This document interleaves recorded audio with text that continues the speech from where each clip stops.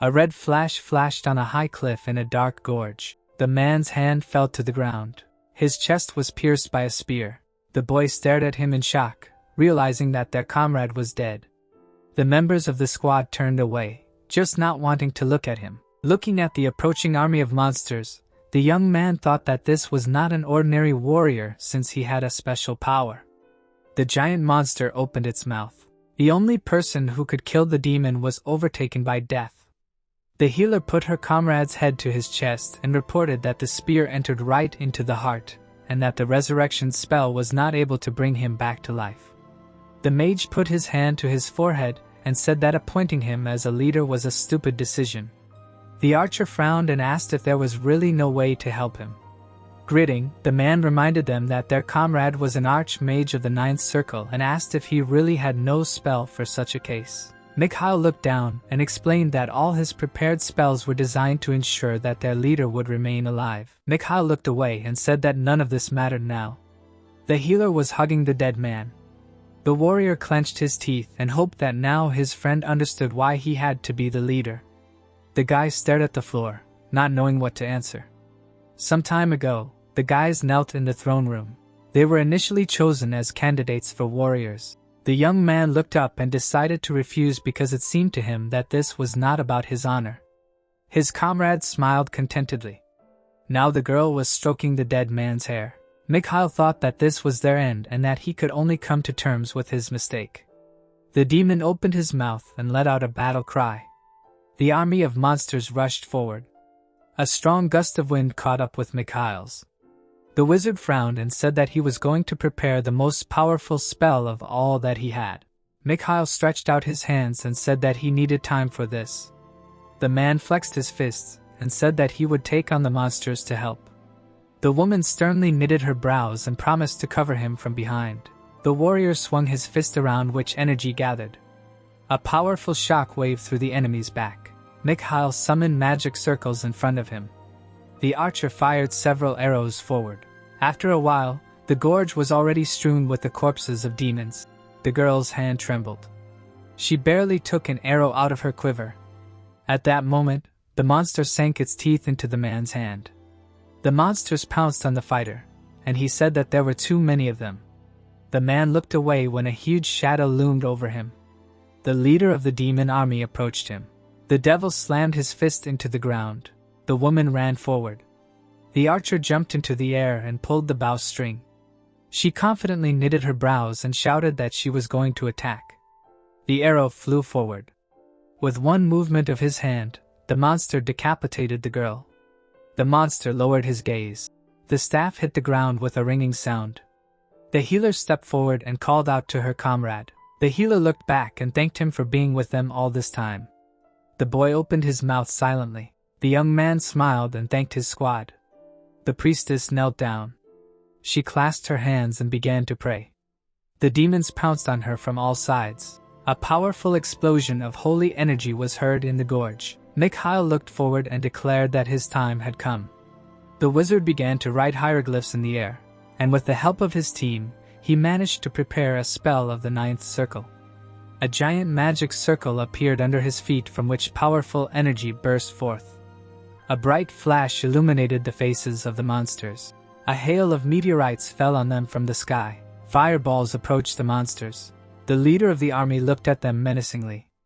The meteorites fell to the ground, causing numerous explosions. Deep smoldering craters appeared in the gorge. Dust and ash rose into the air above them. Mikhail clutched his cloak in his hand. Mikhail looked up.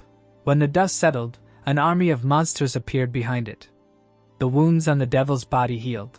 The guy thought about what he knew would not be enough. Standing in the middle of the gorge, the young man decided that he expected this outcome, and that his magic was now powerless, and the course of events could not be changed because he was not a warrior. Mikhail looked up and said that he would be ashamed in front of his comrades if he died without doing anything. His cloak fluttered in the wind. The wizard could not believe that his miscalculation would lead to such an outcome. Mikhail raised his hands in front of him and realized that he could not change the laws of this world, even as an archmage of the 9th Circle. Magic circles wrapped and chains appeared in the air. Mikhail closed his eyes and thought that if he could turn the tide of the battle, he could leave his mark on history.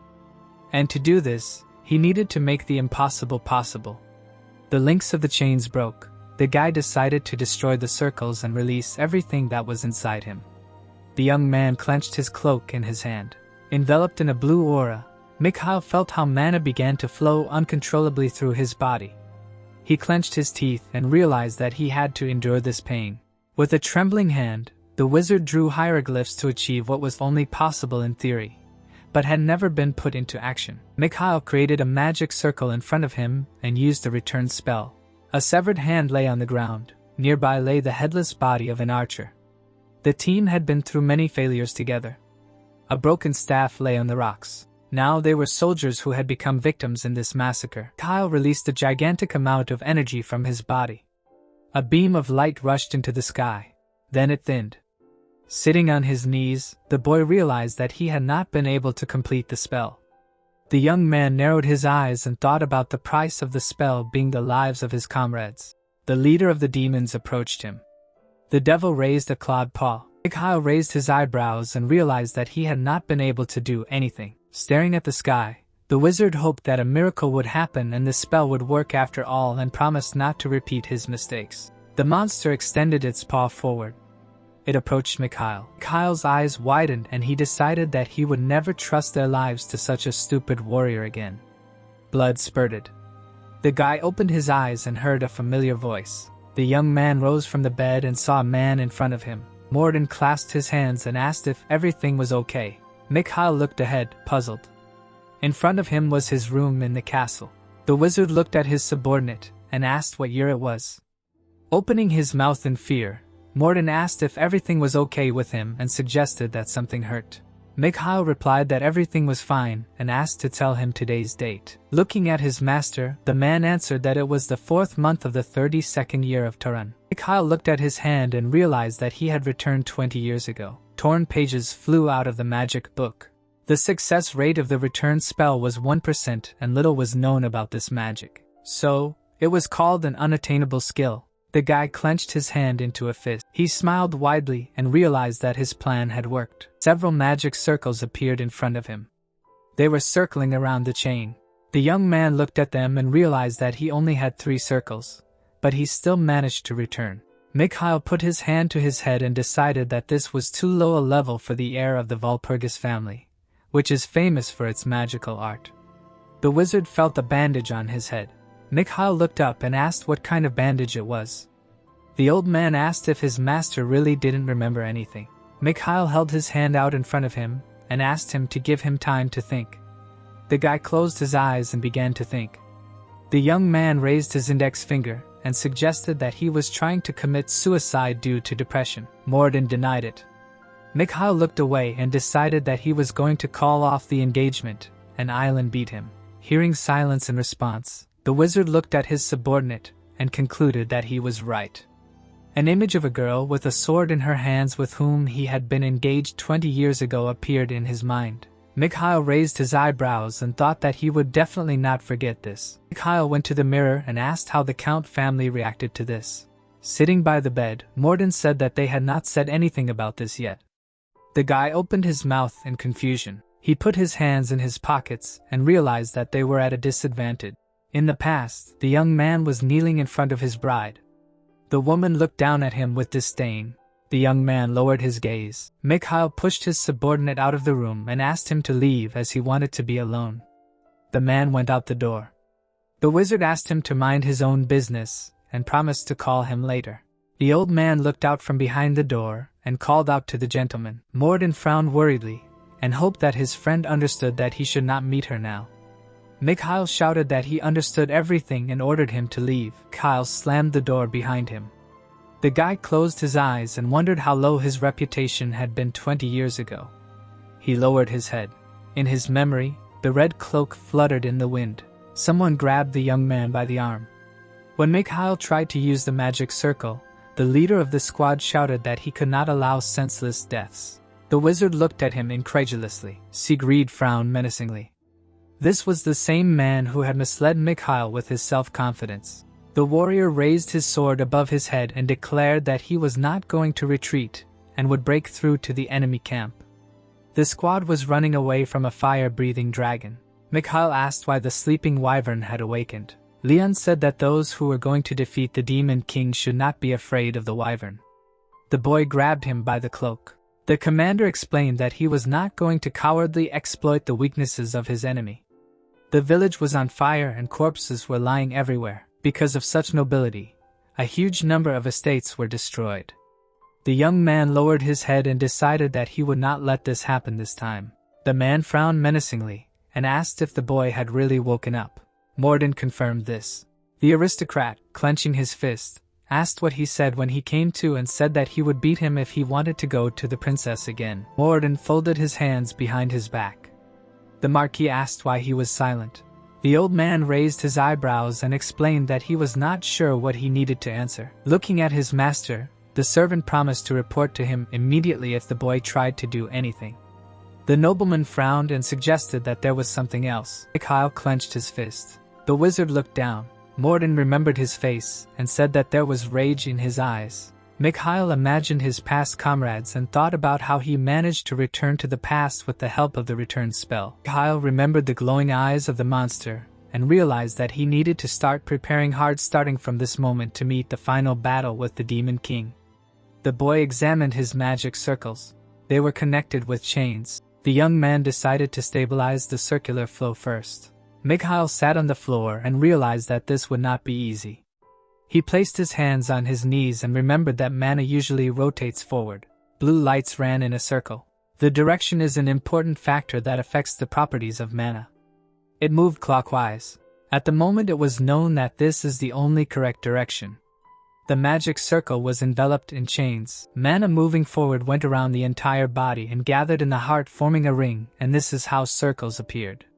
The wizard closed his eyes and thought that this was a generally accepted theory, but he had his own understanding of this issue. Because mana flows did not necessarily have to be concentrated in one place. There were several points in the human body. Free circulation of flows occurred between them. These points divided the flow of mana into 12 streams. Enveloped in a light aura, Mikhail realized that if the body exploded due to excess blood circulation, then there would be nothing strange about it. Mikhail's eyes widened and he remembered that he was not an ordinary person, but the heir of the Walpurgis family. Remembering Siegfried Sigurd, the guy opened his mouth wide and shouted that compared to what could overtake him in the future, the probability of overheating meant nothing. The chain broke forward. The magic circle sparkled. The chain stretched through several circles at once. The young man closed his eyes and sighed heavily. He rose to his feet and decided that for a first attempt, this was quite good. Looking down, Mikhail thought about how he knew that free circulation would work well and concluded that the circular flow was stable enough that he would be able to use the mana as efficiently as possible. The wizard raised his hand. Mikhail summoned magic circles and realized that he had moved to the 4th level thanks to the remaining mana. Mikhail looked at his hands and decided to move on. The fire spear met the ice one, generating powerful energy. The guy watched as the two elements intertwined. He raised his eyebrows and realized that mixed magic was still the strongest. It turned out that this type of magic is a high level of development in the magical art, which not every experienced sorcerer achieves. The young man summoned fire in his hand and thought that this skill should be unachievable for him because he was only level 4. But he still managed to do it thanks to the activation of free circulation of mana. Looking at the ice energy, Mikhail remembered that when he was level 9, he was able to use any amount of magic at the same time. The wizard clenched his fist and realized that the amount of mana he had at the moment would not be enough to use mixed magic for a long time. Mikhail closed his eyes and decided that he should be grateful for this. Mikhail scratched the back of his head and thought that he had solved the main problem of the current ones. Suddenly, the door to his room opened. The nobleman opened his mouth wide and called out to him. The Marquis raised his hand and asked if he understood what had happened. The boy ran his hand through his hair and confirmed it. The nobleman frowned furiously and declared that his son did not understand anything. Suddenly, the man raised his eyebrows in surprise and asked what he had just said. Raising his hand, the boy said that he had dishonored their family and asked his father not to remind him of it again. The nobleman grinned maliciously and hoped that his son guessed how much he wanted to break his arms and legs. Smiling nervously, the young man asked him to listen to him first, because he had a plan. Mikhail raised his index finger and explained that he had gone to the Duke because his request to dissolve the marriage had puzzled him a little. The Marquis put his fist to his chin and said that it was too presumptuous of him. The nobleman took a chair and said that he was interested in what happened next. He raised his hands and concluded that there was more. Judging by his words, the wizard smiled and confirmed it. Mikhail rolled his eyes and replied that there was a lot. Mikhail imagined a beautiful lady in front of him and thought that he had changed completely when he turned 23. But their relationship had started even earlier. The guy was kneeling in front of Island, being an infinitely pathetic person. The young man put his hands on the ground. He was distinguished by indecisiveness, weak character, and self-doubt. The girl lowered her gaze. She did not like this type of person the most, which is why she did not want to marry him. Mikhail pursed his lips in disappointment, but there was nothing strange in this. The woman looked at him with disdain. She turned away and said that she hated weaklings. The swordswoman walked away from the groom, but in this way she simply wanted to hide her deception. The heroes were sitting at the table in the bedroom. The wizard raised his hand and reminded them that they had agreed on an engagement with only one condition.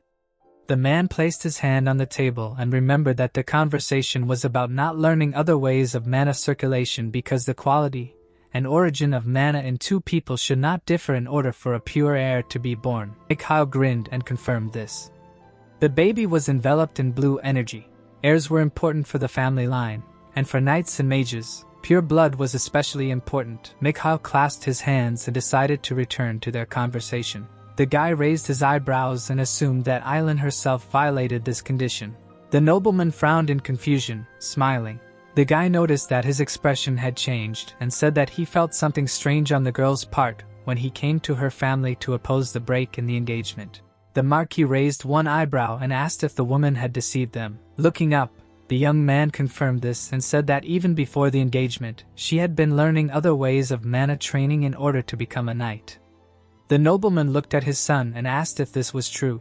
Mikhail answered affirmatively and thought to himself that he had made it up. Frowning, the man said that it even sounded absurd and found it strange that he, a mage of the 8th Circle, had failed to notice it. The wizard smiled broadly and added that he had personally verified that his bride had actually trained other methods of obtaining mana flows. The swordswoman was enveloped in a light but unstable aura. The nobleman clenched his fist and asked if his son was sure of this. Mikhail explained that there was something that could help her hide it even from an 8th Circle Mage. The Marquis opened his mouth in shock. He raised his eyebrows in surprise. Mikhail looked at him with a smile. The nobleman realized that the tool of ancient magic was to blame for everything. The sun's rays illuminated the palace. Someone slammed their foot into the ground. The blade of a sword flashed in the air. Island delivered several consecutive blows. The blade shone in front of the dummy. The training doll was cut into pieces. The girl lowered her weapon. The tip of the sword flashed in the sun. The woman closed her eyes and took a deep breath. She looked away when someone called out to her. Her father frowned in disappointment. The nobleman approached his daughter and asked if her fiancé had tried to do anything else after that incident. Leon answered in the negative and stated that he had not managed to notice anything. The nobleman put his hand to his forehead and concluded that he hardly knew anything. Island raised her eyebrows and said that the guy hadn't suspected anything when he came here 2 days ago. The girl looked down. She looked at her father and asked if he thought that this man would actually become her husband. The Duke answered negatively. The man closed his eyes and explained that they would be in big trouble if the Marquis found out about this. The nobleman frowned and remembered that the Walpurgis family was known for its magicians. The sword caught fire with a bright flame. The nobleman concluded that they would not be able to notice that his daughter had a magical tool. Anyway, the Duke put his hand to her chin and asked if she had the ability to restrain her aura. The woman replied that she had only just begun to understand it, but she would definitely cope with it. The aura enveloped the blade of the weapon. The man decided that his daughter's talent was too good to waste on this marriage of convenience. Touching the blade, Leon remembered that a couple of days ago, Count Parslope sent them an engagement proposal. The nobleman raised his hand to confirm this and said that a delegation from their family would be arriving today and that Leon would be there as well. The only heir of the Parslopes raised his sword in front of him, a man who was called the genius swordsmith of the next generation. Island smiled and said that this was simply wonderful. The girl looked up and said that Leon was a more reasonable choice than the heir of the Valergus family. The nobleman looked around when someone announced that a delegation had arrived and asked if they were really from Parslope County. The knight knelt before him and answered in the negative. The duke frowned and wondered who it could be since they had not made any arrangements with anyone. The guard closed his eyes and said that they were a delegation from the Valergus family. Mikhail placed his hands on his hips. Morden grabbed his head and asked if they had really come here. Morden looked up and asked if his master was sure that everything would be fine. The wizard smiled widely and asked him to hold his head up because they should not worry in vain. Mikhail raised his eyebrows and his eyes sparkled. When he and his father were sitting in his bedroom, the head of the family asked if the Rindle family was using an instrument of ancient magic. Mikhail confirmed this and explained that he came to the Dush to test his guess because their family could not just break the contract and break the engagement. The nobleman lowered his eyelids and assumed that the count daughter realized that her fiancé had guessed about the deception and decided to break the engagement. And when his son came to them to confirm his suspicions, he was beaten. The guy smiled and decided that after breaking the engagement, they could come up with 1,000 reasons to explain their decision, so they just needed time. The nobleman covered his face with his hand. The Marquis lowered his head and said that if his son's guesses were wrong, their reputation would not just be shaken, but destroyed. The young man crossed his arm. The man realized that if he believed his son and protested against the Duke, things would take a completely different turn. The head of the family removed his hand from his face and asked if his heir was ready to bear the consequences. Mikhail frowned tensely, feeling the strong pressure from him, and decided that this was to be expected from a man from a family of the greatest magicians. The wizard smiled and said that he understood everything. Mikhail confidently frowned and said that he was ready to prove everything personally. The aristocrat cast a distrustful glance at him. The nobleman closed his eyes and sighed heavily. He placed his hand on the table and decided to trust his son. The Marquis looked down at him sternly. The man stood up from the table and warned him that he would strip him of his title of successor and that he would have to leave Valerg's castle if there was even a drop of lies in his words. Mikhail lowered his head. The head of the family asked if he was still sure of his words. The boy smiled and confirmed it, raising his eyebrows. The nobleman said that it was wonderful and suggested that they see what would come of it. The young man stood in front of the Rindle family mansion. Morden frowned pitifully and said that he had a terrible premonition because his family's reputation had already taken a serious blow. Mikhail silently looked ahead. Morden warned that there would be no turning back if the young master made a mistake this time, too. The servant looked up at him and asked how he had the courage to come here after everything that had happened. The wizard opened his mouth and said that he needed to move on. The old man's eyes widened in surprise and asked what this meant. Mikhail asked him not to worry so much. Mikhail smiled resolutely and said that he had a foolproof plan. The knight bowed to the lord and said that a guest from the Valergs family had arrived. The nobleman looked up and asked what brought him here. The nobleman closed his eyes and called him another headache. The duke looked at his subordinate and asked him to tell the guests that they had a meeting planned today and that they would not be able to receive him. The guard closed his eyes and accepted the order. The boy looked down in confusion. The warrior asked him for forgiveness and hoped that he would have a chance to meet them another time. The young man turned away and agreed with him. The man lowered his eyelids and was glad that he left without hysterics. Morden jumped up to the lord and asked if he had a plan. Mikhail frowned and asked him to follow him. The wizard put his hand on the ground. He leaned against a tree right in front of the guard. The knight lowered his head and asked what was going on. Mikhail put his hands behind his head and explained that he just wanted to rest. Morden shuddered in fear. Mikhail said that they had a long way to go home and asked if they could at least rest a little. The guard frowned menacingly and thought that people from the Parslope family would soon arrive here and this scoundrel would only get in the way. The guy opened one eye when the warrior decided to escort him to the exit. The man grabbed his hand and asked him to leave right now. The young man lowered his head and asked him not to forget that he was once his servant, even though his engagement to the Duchess was called off. Mikhail, covered in a blue aura, ordered the guard to remove his hands. The knight's eyes widened in shock. The wizard shook himself off and asked him to answer just one question. Mikhail raised his eyebrows and asked if the guard really considered himself such an outstanding person that he allowed himself to touch him. The warrior fell to one knee in front of him and denied it. Sweat was running down his cheeks. The man remembered that a couple of days ago, this man almost died right in the Rindal estate. The guard saw a powerful energy around him and wondered if he had changed so much because of it. Looking down at him, Mikhail asked if he really wanted to take him away from here and decided to give him advice on how to do it the fastest. Clouds were floating in the sky. The aristocrat asked if the guest really ordered his daughter to be brought to him. The nobleman turned around and asked if he was really talking about the heir of Valpurgis. Mikuin bowed and asked for forgiveness as he was very ashamed.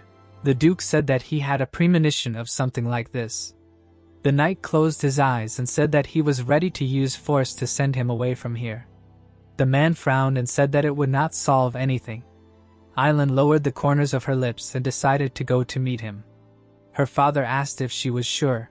The girl, closing her eyes, confirmed it and explained that she would have to go out and send him home like last time. The woman clarified whether the guest was waiting at the entrance. The guard frowned sternly and answered in the affirmative. Leon stepped forward and asked him to accompany her. The warrior looked back and called out to her. The Aries of the family turned around and asked what was wrong. The guard silently pursed his lips. He put on his helmet and said that everything was fine. Morden asked why his master was in such a hurry since only a couple of days had passed since the scandal. The guy leaned on his hand and asked his friend to trust him. Morden shrugged his shoulders in disappointment. The young man lowered his gaze and thought that he had to do this today. Sitting under a tree, Mikhail remembered that a man from Parslope County was arriving today. The knights raised their swords. The Parslope were one of the most famous families which would unite with the Rindal family in the future. The swords were aimed at Leon, who was always in the center of attention because he was considered a genius in his field.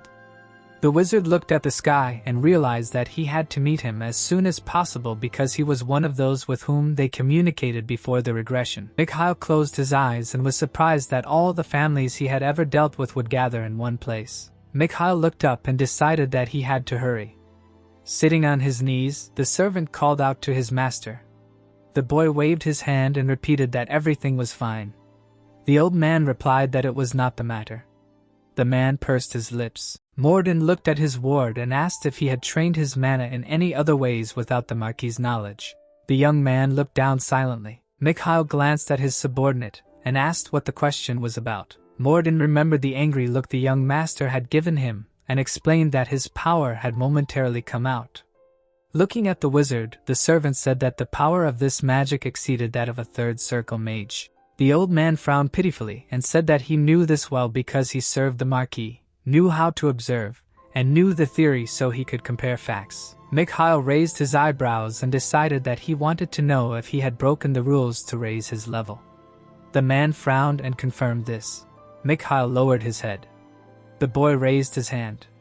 The young man smiled broadly and offered his friend to check it out for himself. Morden took his hand and looked at it. Morden closed his eyes. His fingers lay on the young master's palm. Mikhail sat silently under the tree. Suddenly, the servant lowered his head and sighed heavily. The old man looked at the boy and noticed that he now had 4 circles. The man approached him and asked when it happened. Mikhail explained that he had received the 4th circle a couple of days ago. Morden looked at the sky and concluded that his 4th circle magic was not yet strong, but there was something strange. Raising his eyebrows, the wizard asked what he noticed and suggested that he would be able to see some changes in him. Morden bowed and said that he did not notice anything. The servant clasped his hands and decided that his master had increased his level only due to his talent. The old man glanced at him and asked how he did it. Mikhail clasped his palms together. Mikhail smiled and asked if he really wanted to know. The man's eyes widened in surprise. He frowned in disappointment and confirmed it. The guy frowned. Morden looked at him carefully when the young man decided to tell him everything. Mikhail raised his index finger and said that it was all because he was rejected. Morden looked at him puzzled and asked what that meant. Clouds were floating across the sky. The wizard closed his eyes and explained that he had just had an epiphany. The servant, engulfed in dark energy, asked if he could reach the 9th circle if he was rejected 5 more times.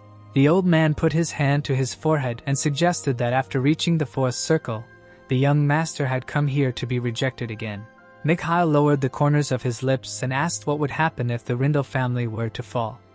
The man lowered his hands and decided that in that case, it would be an empire-wide problem. Morden raised his eyebrows and asked why he was asking that. Mikhail pursed his lips. The boy looked up and said that he would hardly be able to get rid of their family that easily. Fallen leaves were floating in the wind.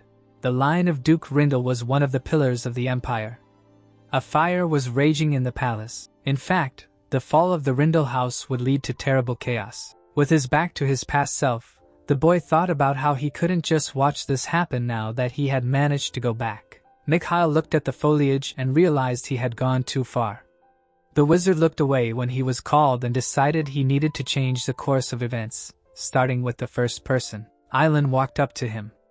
The girl looked down at him and asked what he needed and if they hadn't decided everything last time. Mikhail put his hand on his belt and confirmed what she had told him. Mikhail leaned over and asked what about him. The woman rolled her eyes and asked him not to be stupid. Standing in front of him, the swordswoman explained that their families had broken off their engagement by mutual consent, so his intervention would do no good. The Duchess fixed her hair and suggested that they end this pointless conversation and go home. The boy raised an eyebrow and asked why they were in such a hurry when he wasn't finished yet. The young man looked up and assumed that his bride was expecting a special guest. Island's shoulder twitched. The girl looked away. Mikhail smiled smugly. Leon frowned sternly. This was a man who honed his swordsmanship regardless of politics or family matters. The wizard looked at his girlfriend and thought that now the heir of the Par Slopes had no idea what was going on in the Rindel family, and besides he was not at all interested in it. The heroes stood opposite each other in silence. Mikhail smiled broadly and remembered that this man hated everything that was contrary to morality. The woman looked away. Mikhail decided that a knight full of a sense of justice would not tolerate the fact that the one with whom they were supposed to be engaged broke off the engagement without his consent. The guy put his hands on his belt and said that formally everything was agreed upon, but for her guess, this could be a reason for mistrust. Leon's eyes widened in fear when the young man asked if this would not be a problem for the marriage. Leaves were falling from the tree around him. Mikhail realized that this whole situation and its outcome looked very dubious, and that the Rindel family must understand that nothing good awaited them, which is why they were trying to avoid meetings and conversations with him. Smiling, the wizard decided to take advantage of this and asked his bride to answer at least something. Island said that there would be no problems with the engagement. Mikhail raised his eyebrows and asked if this was true.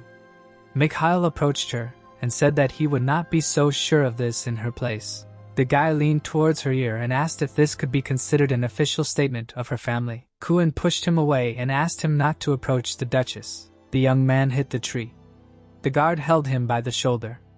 The warrior furiously opened his mouth and declared that he did not care who was in front of him, the heir of Walpurgis or someone else. The guard squeezed the guest's shoulder and said that such behavior was unacceptable.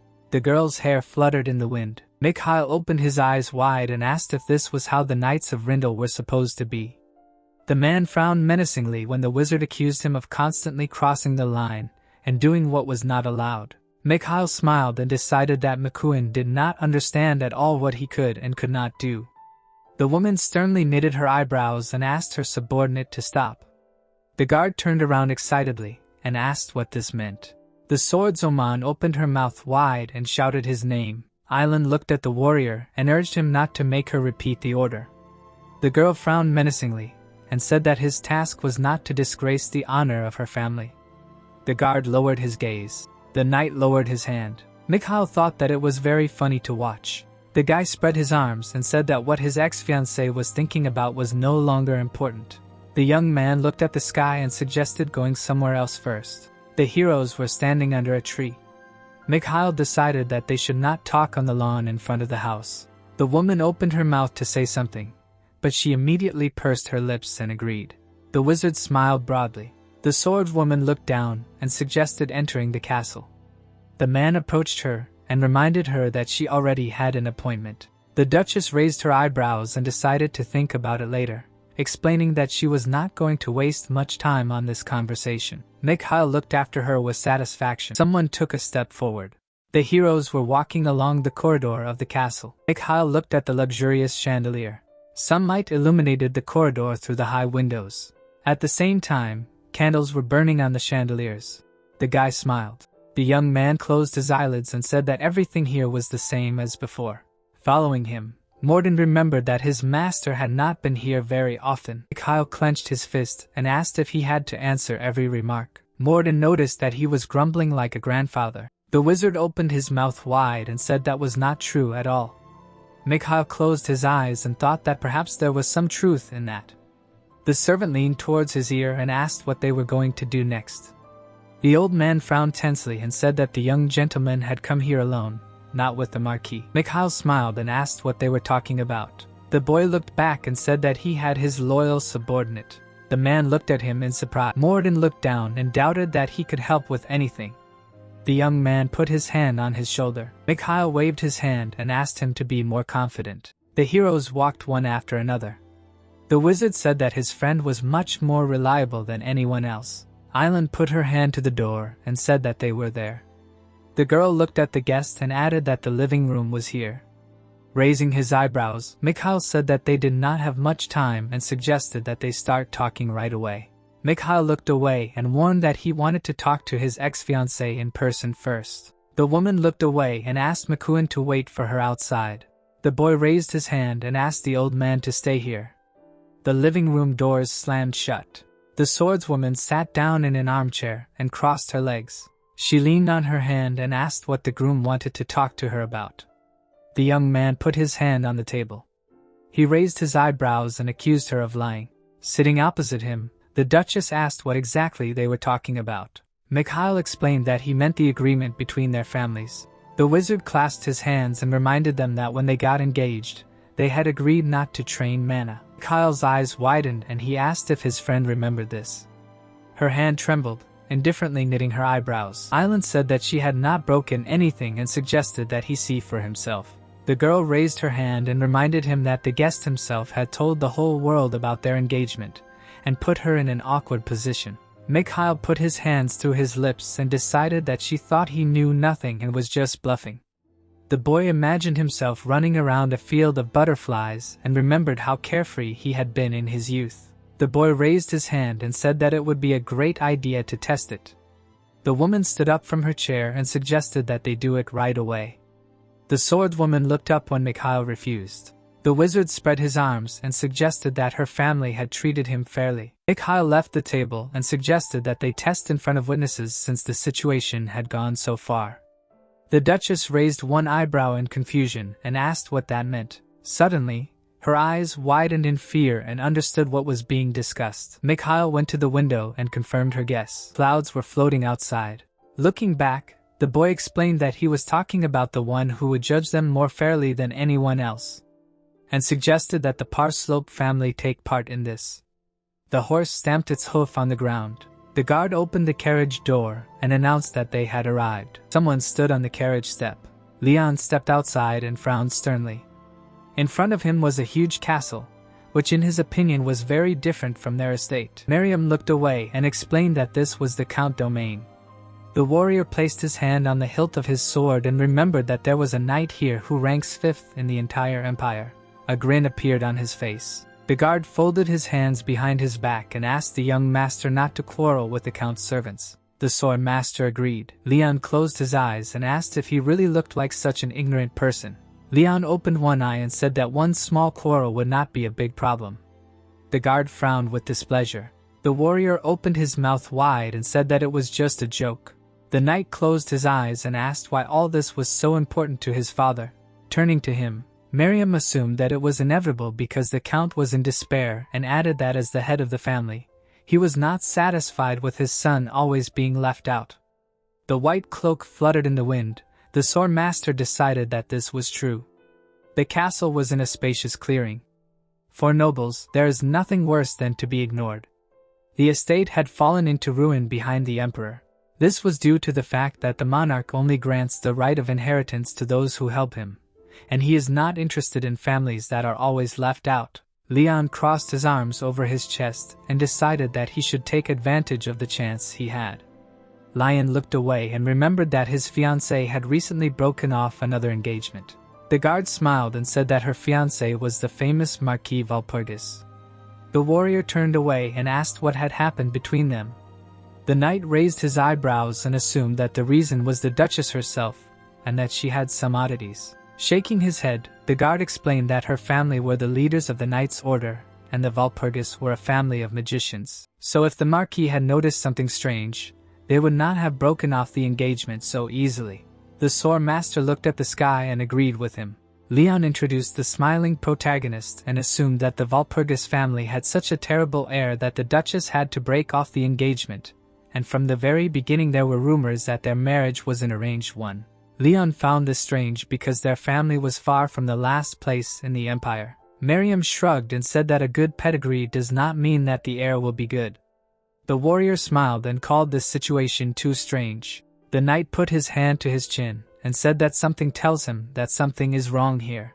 Island looked back and asked what they were talking about. Standing by the window, Mikhail suggested that they check it out in front of everyone. Mikhail stepped forward and explained that the Count's arrival was a great opportunity to sort out such an unfair decision. The guy leaned toward his ex-bride and asked if she was scared. A drop of sweat rolled down her cheek. The girl tensely pursed her lips, frowning. The woman said that this would not happen and reminded him that the guest had not come here on an official visit from the Walpurgis family. The young man put his hand in his inside pocket. In his hand was a gold medal, Leon.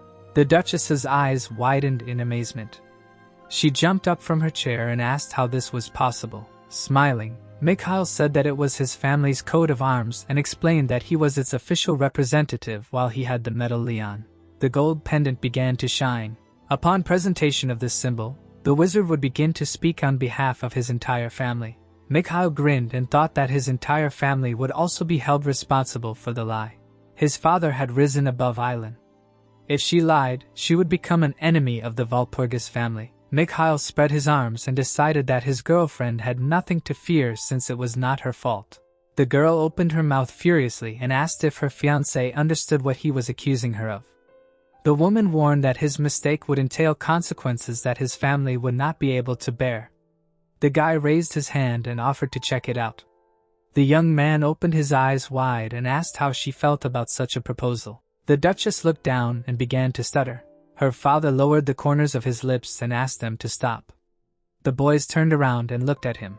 Island raised her eyebrows in amazement. Mikhail smiled and asked how long he had been eavesdropping on their conversation. The aristocrat frowned and asked his daughter not to say another word to him. The wizard turned away and decided that now they could talk properly.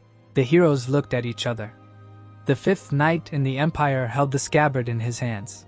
He was one of the 12 greatest sword masters who in the future became a victim who collapsed because of the demon. Mikhail closed his eyelids and remembered that this man had a talent that was necessary to prevent future disasters. The nobleman frowned and noticed that his guest had changed a lot. Mikhail replied that this was not true at all. The Duke looked down. The man raised his hand to his chin and said that outwardly he had certainly not changed, but something new had appeared in him. The guy grinned confidently. The aristocrat raised his eyebrows and asked if the mark he had given him was the dragon's heart. The young man replied that he had not seen it yet. The nobleman lowered his hand and reminded him that his family was one of the few who had it. Mikhail looked at him with a smile and explained that his father was so petty that he didn't even show him the artifact. Introducing Idan hugging the vase, the Duke said that he had always been like that, but was still surprised that the head of the family didn't show the dragon's heart even to his son. The wizard said that he couldn't help but be more generous. Suddenly, the man's eyes widened in amazement. The fifth knight laughed with his mouth wide open and found it incredible that they thought the same way. Island looked at her father with displeasure. Mikhail grinned and asked if that was really the case, thinking that he had managed to win him over a little. The aristocrat sat down in a chair and asked what they were talking about. Mikhail moved the chair back and explained that he wanted to talk about their engagement. The girl sat next to him. The nobleman smiled. He clasped his hands and explained that they had decided to break off the engagement because his daughter's husband candidate was not good enough for her. The boy smiled widely and asked if that was all. The Duke closed his eyes and asked if there was a special reason to break off the engagement. Looking ahead, the young man decided not to waste time and tell it like it was. Mikhail raised his eyebrows and told them that the woman had been secretly training her aura the entire time they were engaged. The man threw his head back and laughed, saying that it couldn't be. The nobleman raised his eyebrows confidently, reminding them that he was the 5th Knight of the Empire, and said that he would have known right away if his daughter had done something like that. The wizard widened his eyes and explained that it could have remained a secret even for him. The nobleman looked at him smugly. Suddenly, the smile disappeared from his face. The count's eyes widened in madness and asked if the marquis had just tried to accuse him of lying. Kyle shuddered in fear and concluded that he had never intended to deceive him from the start.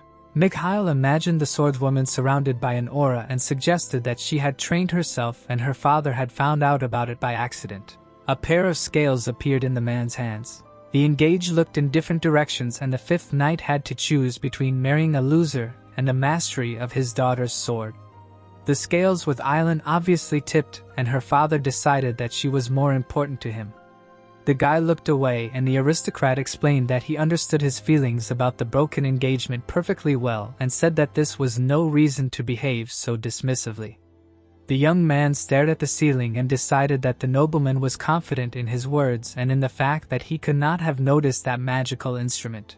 A dark aura swirled around him and Mikhail felt that it was becoming difficult for him to think because of it. The wizard smirked and said that not long ago the girl had made a small but serious mistake. Mikhail pointed at himself. Mikhail looked up and explained that he had noticed something strange, even if it had only seemed so for a moment. The woman's mouth dropped open in fear. Her father dug his nails into the arm of his chair. The boy smiled broadly and assumed that the Duke understood what was being discussed. The man raised one eyebrow in confusion. The 5th Knight frowned and said that his guest was mistaken. The young man confidently knitted his brows and asked if he really didn't believe him. Mikhail rose from his chair and suggested that they end their conversation there. The wizard headed for the exit. Suddenly, Mikhail stopped and said that Leon was already on her way here. Mikhail looked back and hoped to meet him on the way back. The aristocrat's eyes widened tensely. The boy closed his eyes when the nobleman asked him to stop. The young man turned to him and asked if he was ready to admit that he was right. The Duke lowered his eyelids and offered to clarify something. Mikhail smiled broadly and said that he was listening to him attentively. The man pursed his lips. The 5th Knight frowned sternly and offered to find a compromise. The wizard rolled his eyes in displeasure. The nobleman looked at him pitifully. Kyle remembered that it was quite natural for him to say such nonsense. Sunlight was shining through the window, and Mikhail admitted that he was glad that they found a common language, and then decided that he would go. Grinning, Mikhail noted that they would see each other again. Island sadly lowered her head. The girl clenched her fingers, realizing that Mikhail had indeed noticed. Frowning, the swordswoman thought about the fact that the boy had hinted in every possible way that he knew something. But she herself thought that it was just a bluff. Clutching her head, she realized that now that the boy knew the truth, he would do everything to make them answer for their deception. Opening her mouth wide, Island called out loudly for her father and asked what they should do. Smiling slightly, the man asked his daughter to calm down. Opening his mouth, the Duke admitted that he thought that this little guy did not understand how this world works. But he was wrong. Folding his hands behind his back, the 5th Knight of the Empire said that he always thought that he was pretty good at understanding people and that it was very funny. Getting up from her chair, the swordswoman said that if necessary, she would take full responsibility because all this happened because of her carelessness. The man interrupted his daughter and explained that this was a problem between their families, which meant that it made no difference who of them would answer, to which Island, wide-eyed, tried to object to him. Looking towards the girl, the Duke noted that he had given her permission, and if he had noticed a little earlier that his daughter had awakened her aura, this would not have happened. The 5th Knight of the Empire explained that as a parent, one must be responsible for one's child, and in response, Leon leaned over. The girl looked at her father. Pressing his lips together, the man thought that no one in the world could have predicted that Island would independently swing her aura. Leon's gloves were engulfed in flames. Smiling widely, the Count daughter exclaimed that she had succeeded. The girl directed her hands, glowing with magic, towards the sky. Her father watched this, pressing his lips together.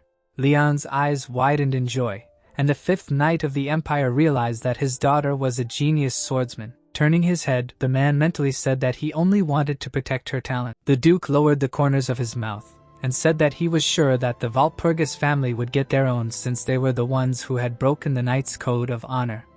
Raising her eyebrows, Island quietly called her father. The sun was shining in the room, and her father said that everything was fine. The man assumed that they would not ask for anything out of the ordinary, and besides, Mikhail was not pursuing the goal of destroying their family, to which the girl, lowering the corners of her lips, asked what the Duke wanted to say. Approaching his daughter, the fifth knight of the Empire explained that the guy was not as stupid as she thought. The father stroked his daughter's head, smirking.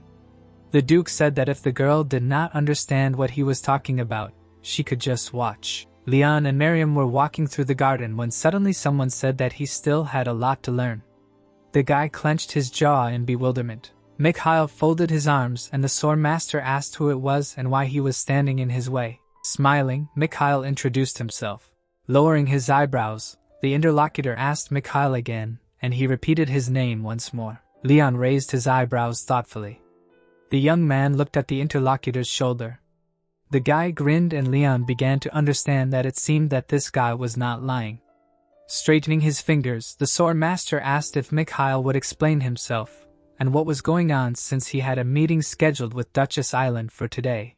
After which he added that he was confused because he was starting to think that he had mixed up the date and time. Rounding his eyes, Mikhail said that everything was correct and that they had a forced meeting due to emergency circumstances. The sky was visible in the clouds and Leon could be heard asking the guy again and clarifying whether he was mocking. The young man frowned, pressing his lips together. The sword master said that it looked like it. Opening his mouth, Mikhail refuted the words of the interlocutor. Suddenly, Leon lowered his chin and asked why Mikhail was acting like that. Leon's pupils narrowed noticeably, and he exclaimed that Mikhail was talking complete nonsense. Mikhail stood with his arms folded. Mikhail's eyes widened as he thought about this explosive power. Raising his palm, the boy thought about the strength of the new generation sword master. Closing his eyes, the young man decided to simply push her away. And that's it. The interlocutor raised his eyebrows in surprise. Opening his mouth wide, Leon asked how Mikhail did it. Opening one eye, Mikhail clarified that the young man would still have time to get angry, but for now he would be better off listening to him. Lowering the corners of his mouth, the sword master noted that this was not a member of the Walpurgis family since he had heard of him, to which he said that he knew that everyone considered him an idiot. Mikhail looked down and thought that he wouldn't argue because they were partly right. And right now the important thing was that he was here and that the Demon King was about to invade. He closed his eyes and thought about something even more important. Imagining Sigrid, Mikhail realized that the most important thing was to take the place of that smug freak who had forced him to return. Grinning angrily, Mikhail decided that he couldn't let him become a warrior. Leon moved his hand towards his weapon in fear. Pursing his lips, the young man asked why the sword master was grabbing his sword and if there was something wrong with it.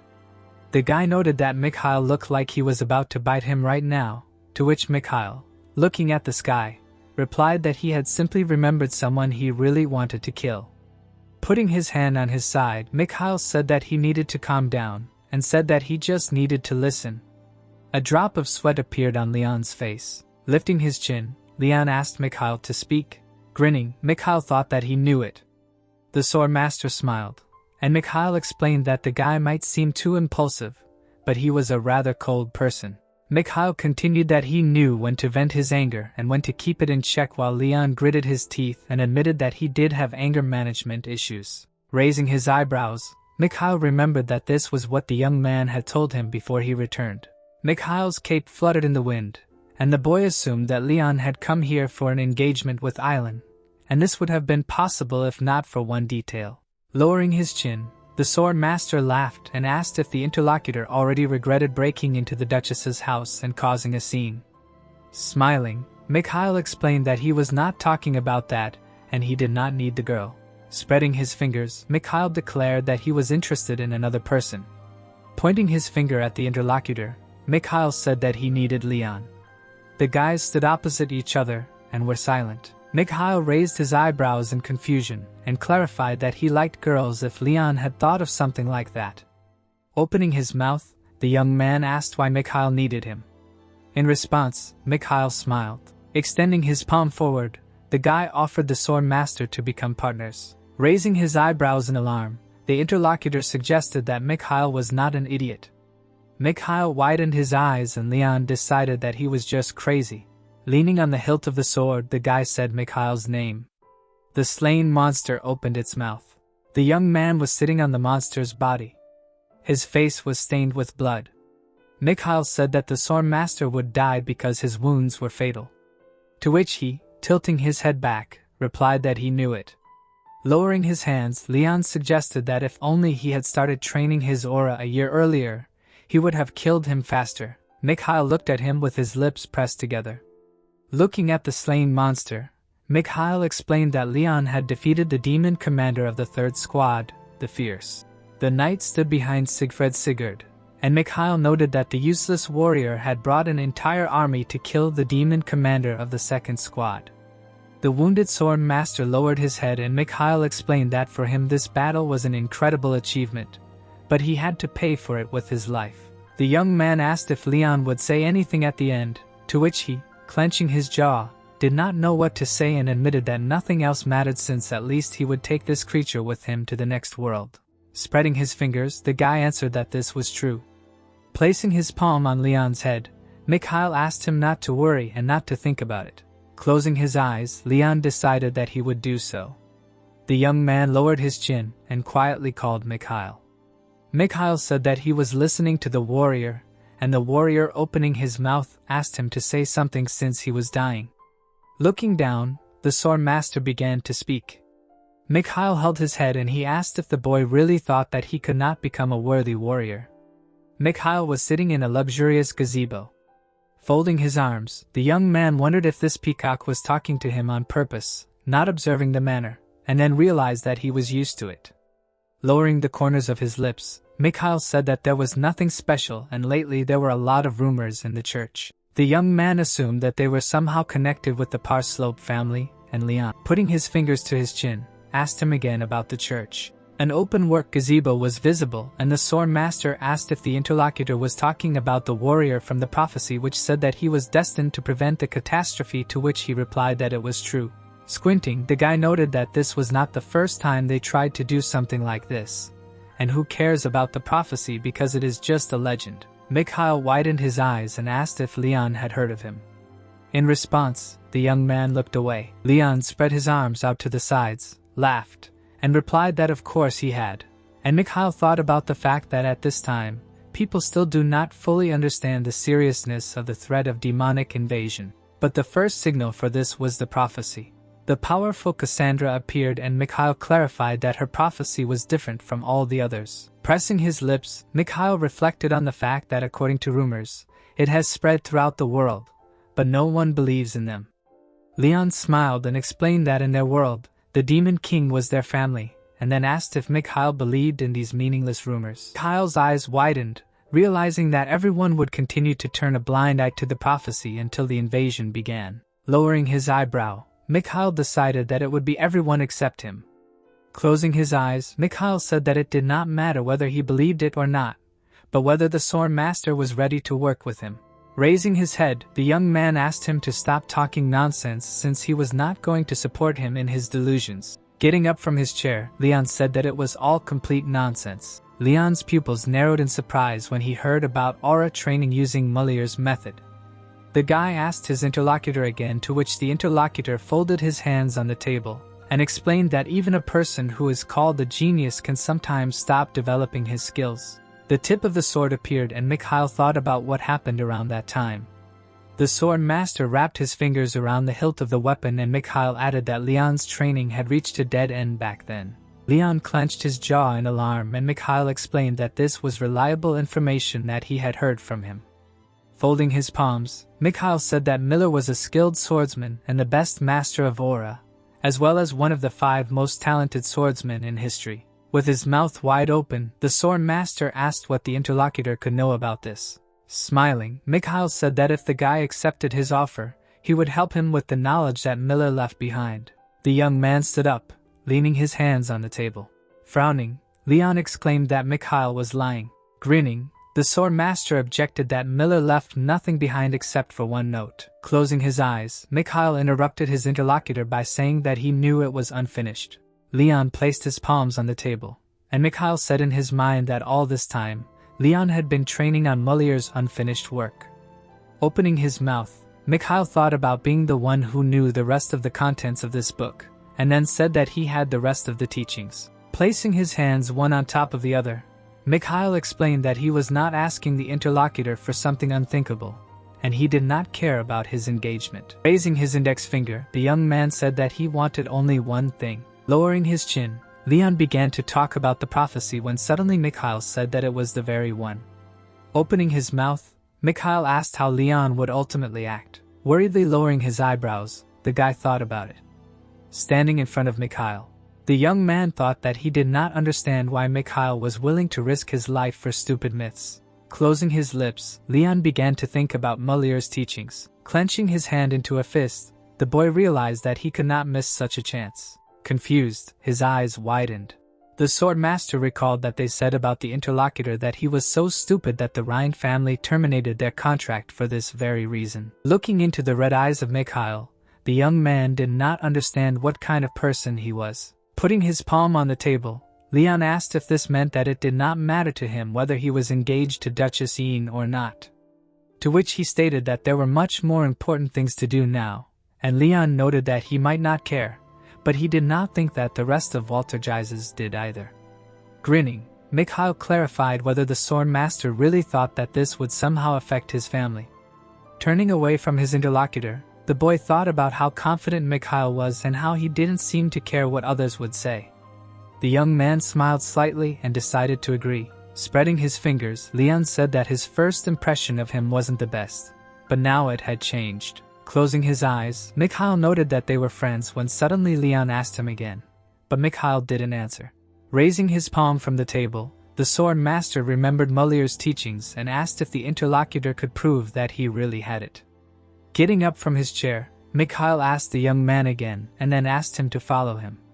Mikhail leaned over, holding the sword in his hand. Looking away, Leon asked if it was okay to just step onto someone else's training ground. Bringing the blade of the weapon to his face, Mikhail explained that everything was fine and had already received permission. The sun's rays were visible on the tip of the weapon, and the boy thought about it. After lifting the equipment several times, Mikhail realized that it was heavy. Suddenly, his hand was surrounded by magical energy of strengthening, and the young man explained that this was the magic of the 4th circle, a spell for strengthening muscles. Smiling widely, Mikhail said that this is better. Mikhail looked away, hearing Leon's question about what he was doing. Mikhail grinned and noted that he needed proof. Putting his hand on his side, the guy asked Leon to watch carefully because he wanted to show him something incredibly cool. Mikhail looked at his fist, and the sword master asked if he was going to prove everything to him this way. Frowning, the young man asked if Mikhail wanted to say that it was possible to explain the principle of aura training, and whether the mage would do it. Smiling broadly, Mikhail said that this training method was twice as effective as any other and Miller was able to achieve incredible results in aura training. A magic book appeared and Mikhail explained that the best swordsman's method for developing aura was not much different from others. A magic seal was visible on his hand and the young man added that there was a special feature which consisted of an engraving appearing on the body. The mana scale was blocked by a lock and the guy said that in addition with other methods of aura training there was a limit of about 40 units of mana. The lock on the scale broke and it became clear that Mullier's method allowed using all 70. Stretching his palm forward, Mikhail said that first it was necessary to awaken the aura, to which Leon muttered why so suddenly. But Mikhail asked to just do it because he wanted to check. Leon agreed and said that the interlocutor convinced him, when suddenly his head was covered with a magical glow. An engraving began to appear on the swordmaster's forehead. A seal also appeared on his hand.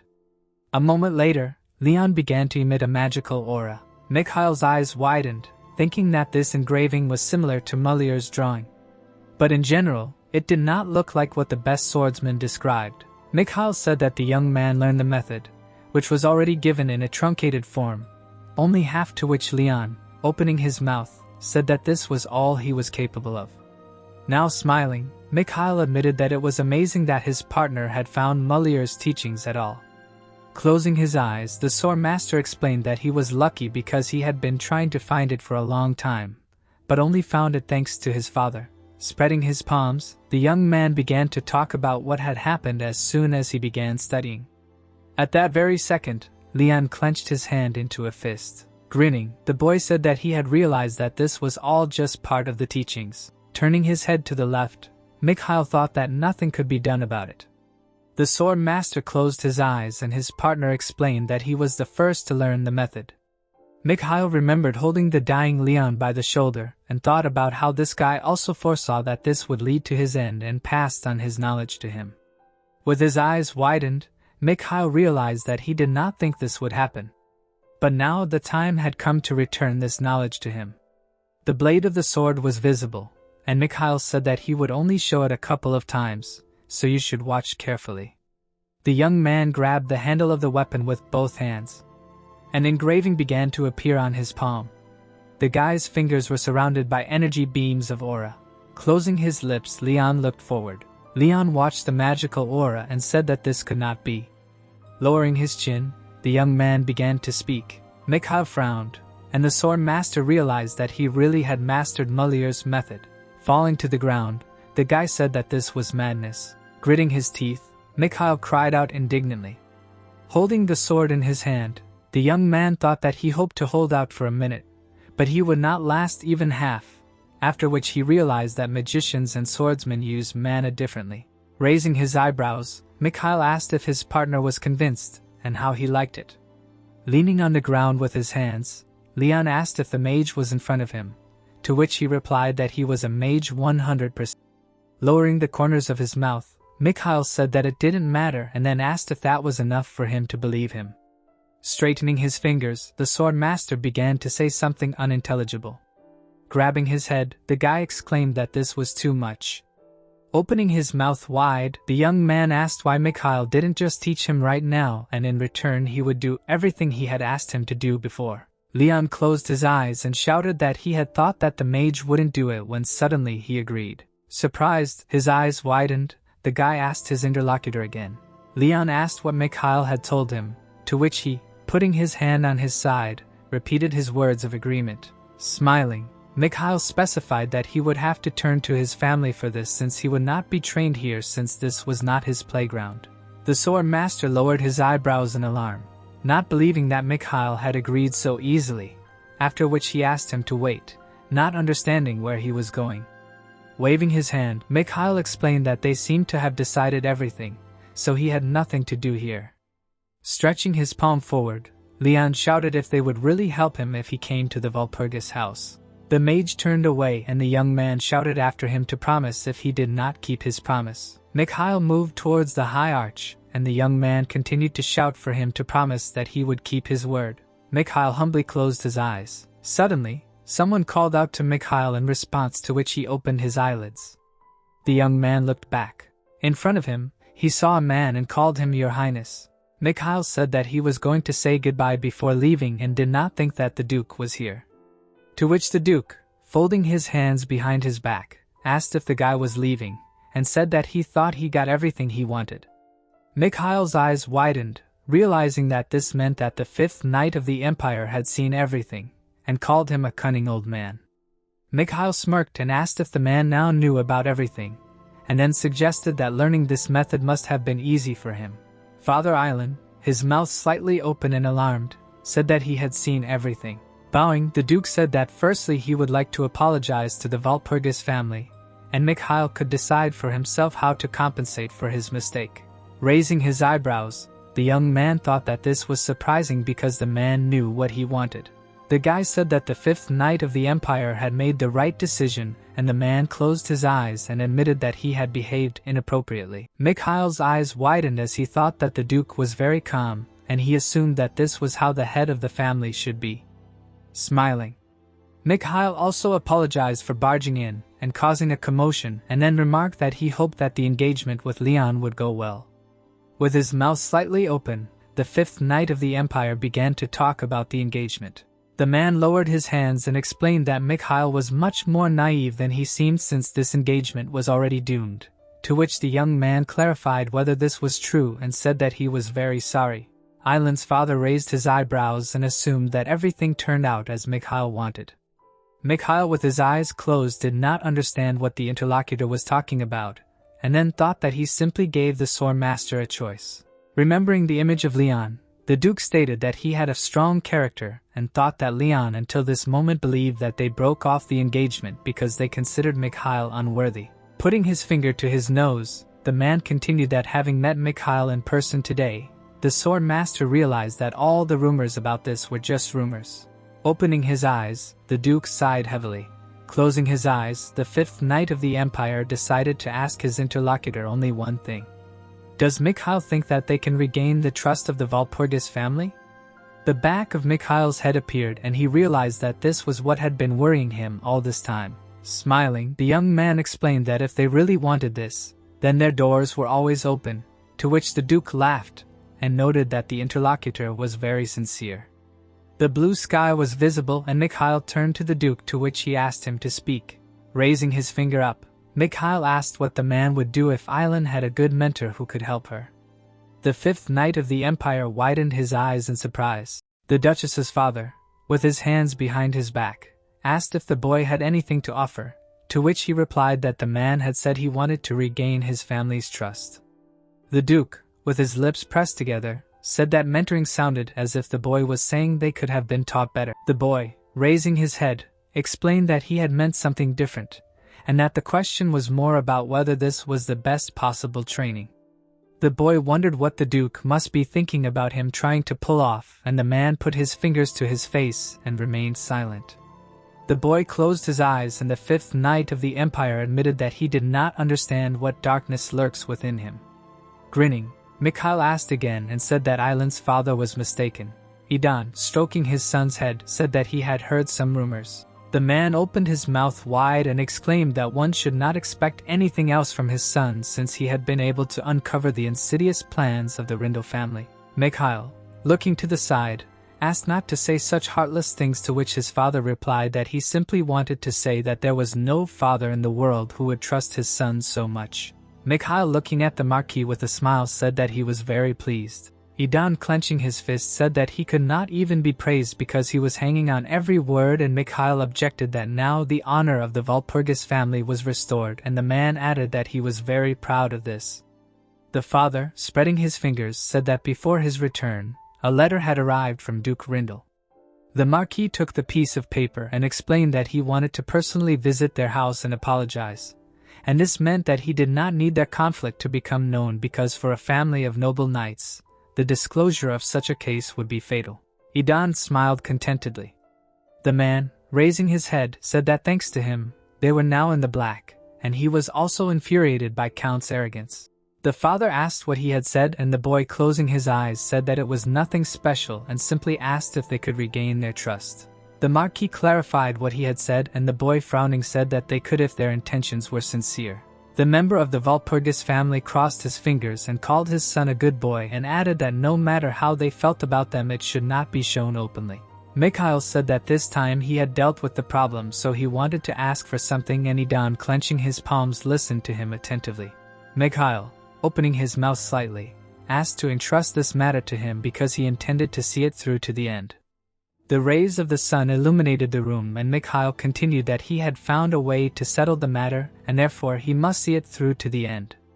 The man, lifting the corners of his lips, exclaimed that it was true that he had made a great contribution to their family affairs despite the risk.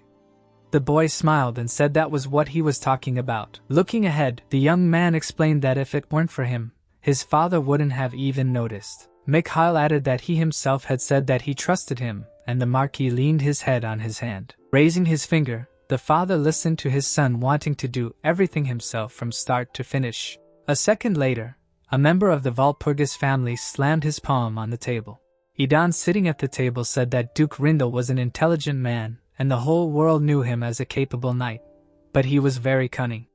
The man explained that he should understand that he would have to meet him face to face if he continued this business, to which Mikhail lowered his eyebrows and replied that he knew it. Mikhail looked ahead attentively. His father, resting his forehead on his hands, said that he would have to face it anyway someday, and he would see what would come of it. The boy, shaking his head, said that he would not disappoint him. The Marquis smiled slightly. He lowered his head and agreed with his son. A moment later the young man turned around hearing his name being called. Walpurgis family members said that he had tried hard today, causing Mikhail to widen his eyes in surprise. A second later Mikhail leaned forward. Idan watched the boy carefully. Suddenly, the man stood up from the table. Looking around the room, the Marquis wondered what had happened and why he was acting like this. The gentleman remembered his son as a child and said that he had always had a weak character. It seemed like the young man smiled widely. Walpurgis family member, lifting the corners of his lips, said to himself that perhaps he had changed over time. Placing his palm on the table, Idan exclaimed that he needed to prepare for a meeting with the Duke. Approaching the window, the man added that he might trust his son, but he could not completely stay away. Holding his chin, the gentleman asked himself what he could do to shock the old man and let the rumors spread. After some time, Mikhail walked along with the servants and told them that before he returned to the past, the reputation of their family of the strongest magicians collapsed in an instant. Lowering his eyebrows, Mikhail added that there was only one reason for this, namely an internal conflict. Mikhail introduced the formidable father and explained that there was a struggle within the family for the place of the head. And in this struggle of the old men for power, he was only used, and over time he helped destroy the Walpurgis house. A moment later, the guy turned to Morden, to which Morden closed his eyes and listened attentively. Opening his mouth, the young man asked if the Viscount had come to find him because it seemed to him that it was 3 days before the breakup of the engagement. The assistant, winking, answered that everything was exactly like that. The servant, crossing his palms, said that his arrival was a surprise to them because he was the only heir of the family, and Mikkel exclaimed that this was true because his appearance was quite logical. An image of Viscount appeared, and it was said that he was a mage of the 7th Circle and one of the most influential vassals of the Wallergis family. The man was seen standing next to Idan, and Mikhail said that he had helped his father since his youth. But he had one flaw. The mage narrowed his eyes, and Mikhail explained that his thirst for power was too great, and he wanted to be the head of the family, and not just a vassal. Morden, raising the corners of his lips, said that he seemed to know what he thought of the Marquis. The guy, looking to the side, replied that it was not about that. Lowering his gaze, the young man said that in this situation, it was worth keeping an eye on the Viscount. The assistant said that the gentleman's words made him think, and Mikhail put his hand on the door handle and asked why. The servant, crossing his arms, replied that he had always been on the Viscount's side. Mikhail looked down. Opening the door, Mikhail asked what he hadn't told him. Morden's eyes widened when he heard that he was the one who taught him the 3rd Circle magic. Opening his mouth wide, the man shouted, "How could it be him?" To which the boy asked him to be quiet. The young man remembered lying on the bed and telling him that the Viscount had taught him the unstable 3rd Circle magic. Mikhail smiled contentedly and explained that he had been glad then that the circle magic worked. Covering his mouth with his hand, Mikhail muttered that thinking about it now made him feel somehow ashamed. Suddenly, Mikhail's eyes widened and he said to himself that if he posed a threat to their family, then it would be best to eliminate him now. A number of mages appeared, and the boy said that perhaps because the Viscount had been his father's friend in difficult times, Idan had never been able to completely defeat his comrade, and all this was before his return to the past, and that was the beginning of the fall of the Walpurgis family. Raising his eyebrows, the boy muttered that he would not allow it to happen this time. Mikhail, looking at Morden, asked if he could invite the Viscount to him. The assistant bit the corners of his lips and replied that he was not the kind of person who would come running here on his first call. Mikhail, grinning, said that the servants should not worry about it because he was sure that now he was only waiting for him to call. A moment later, the door closed. Suddenly, the mage entered the room. The Viscount, smiling broadly, exclaimed to the master that he heard that they wanted to see him, to which he was answered positively. The boy, placing his palm on his side, asked if Morden had called him, and the man explained that he had, adding that they said he had finally made up his mind. The vassal asked if he wanted to be trained by him, to which the boy said he had a proposal.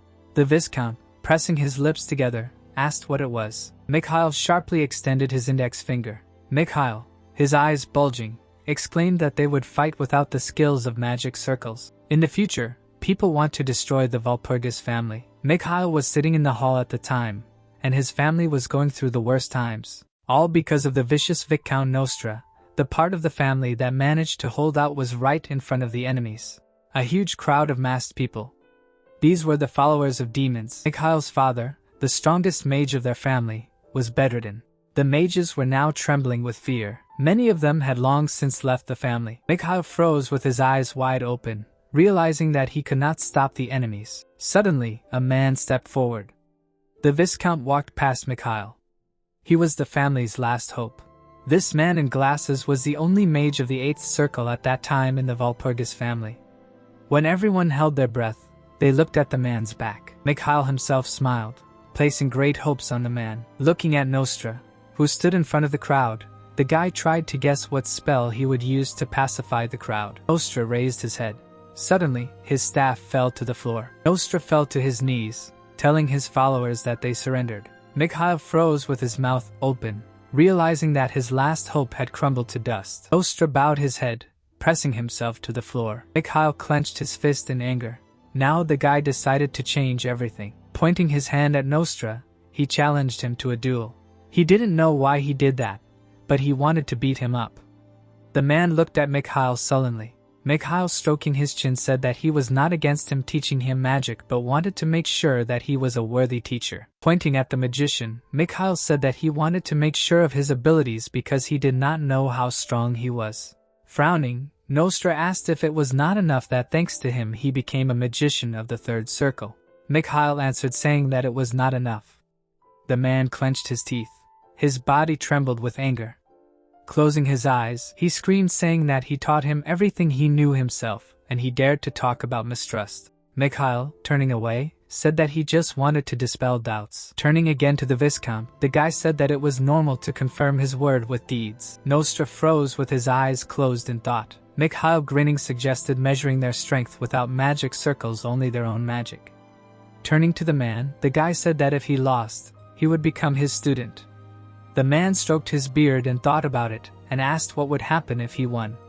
Mikhail smiled and said that in that case, the Viscount would become his student. Nostra grinned when he heard his words. The events take us to the Viscount's chambers. The man stood by the window and laughed. His lips were stretched into a smile. Fighting without magic circles could be called an equal fight.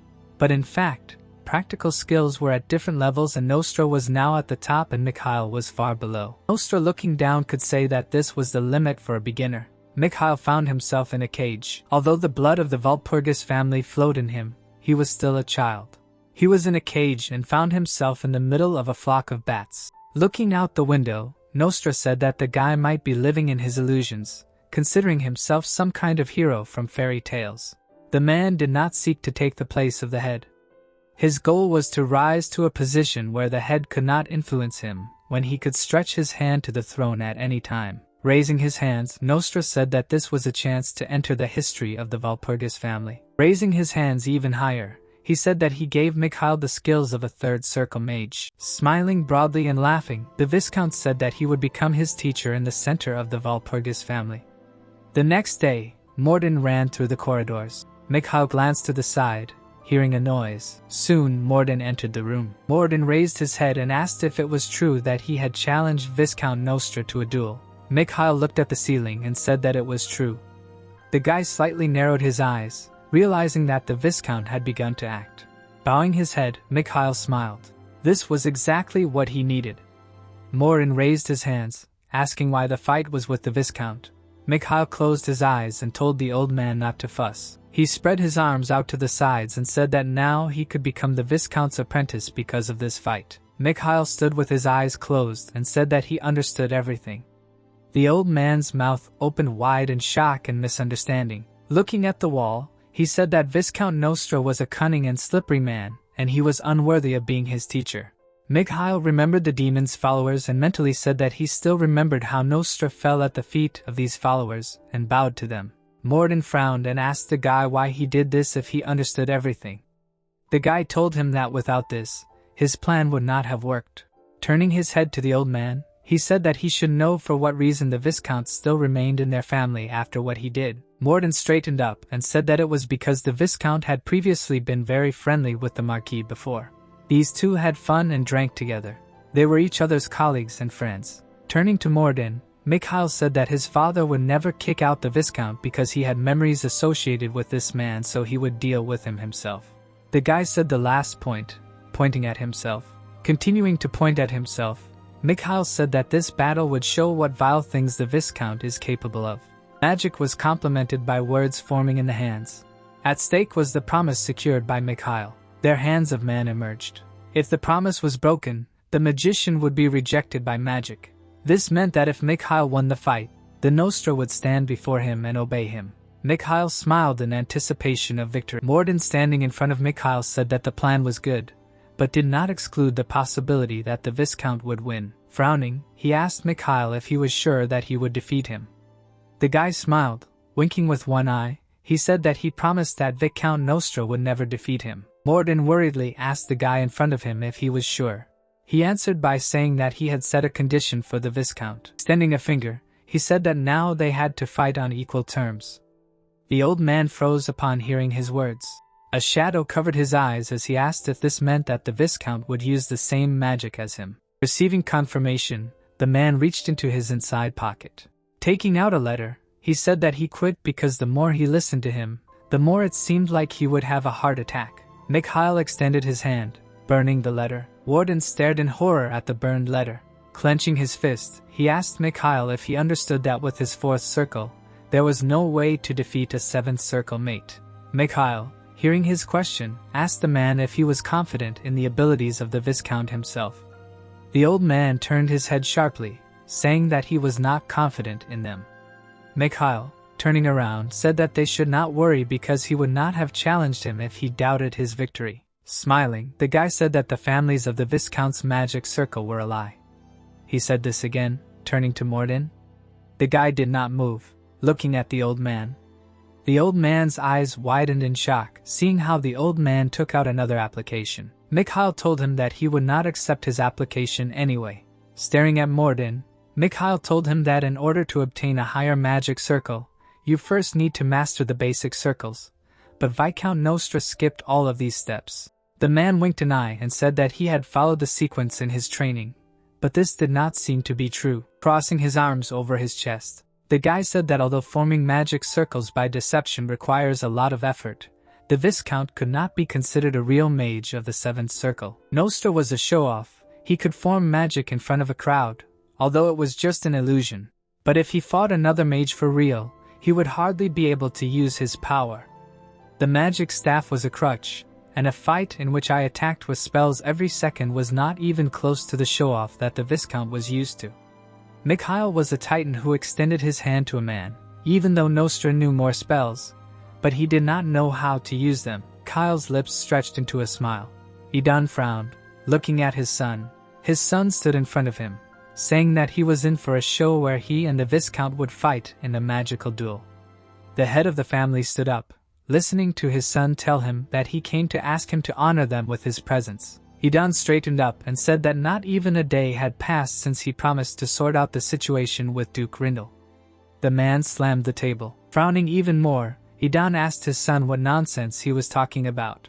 Did he really need to be hit on the head again to make him come to his senses? Mikhail, not scared and serious, said that he was not joking. Idan covered his face with his hand, saying that he had not taught him magic for this. Mikhail looked closely at his father, deciding that he had also had a thought that he could become the Viscount's apprentice. Idan frowned, covering his face with his hand.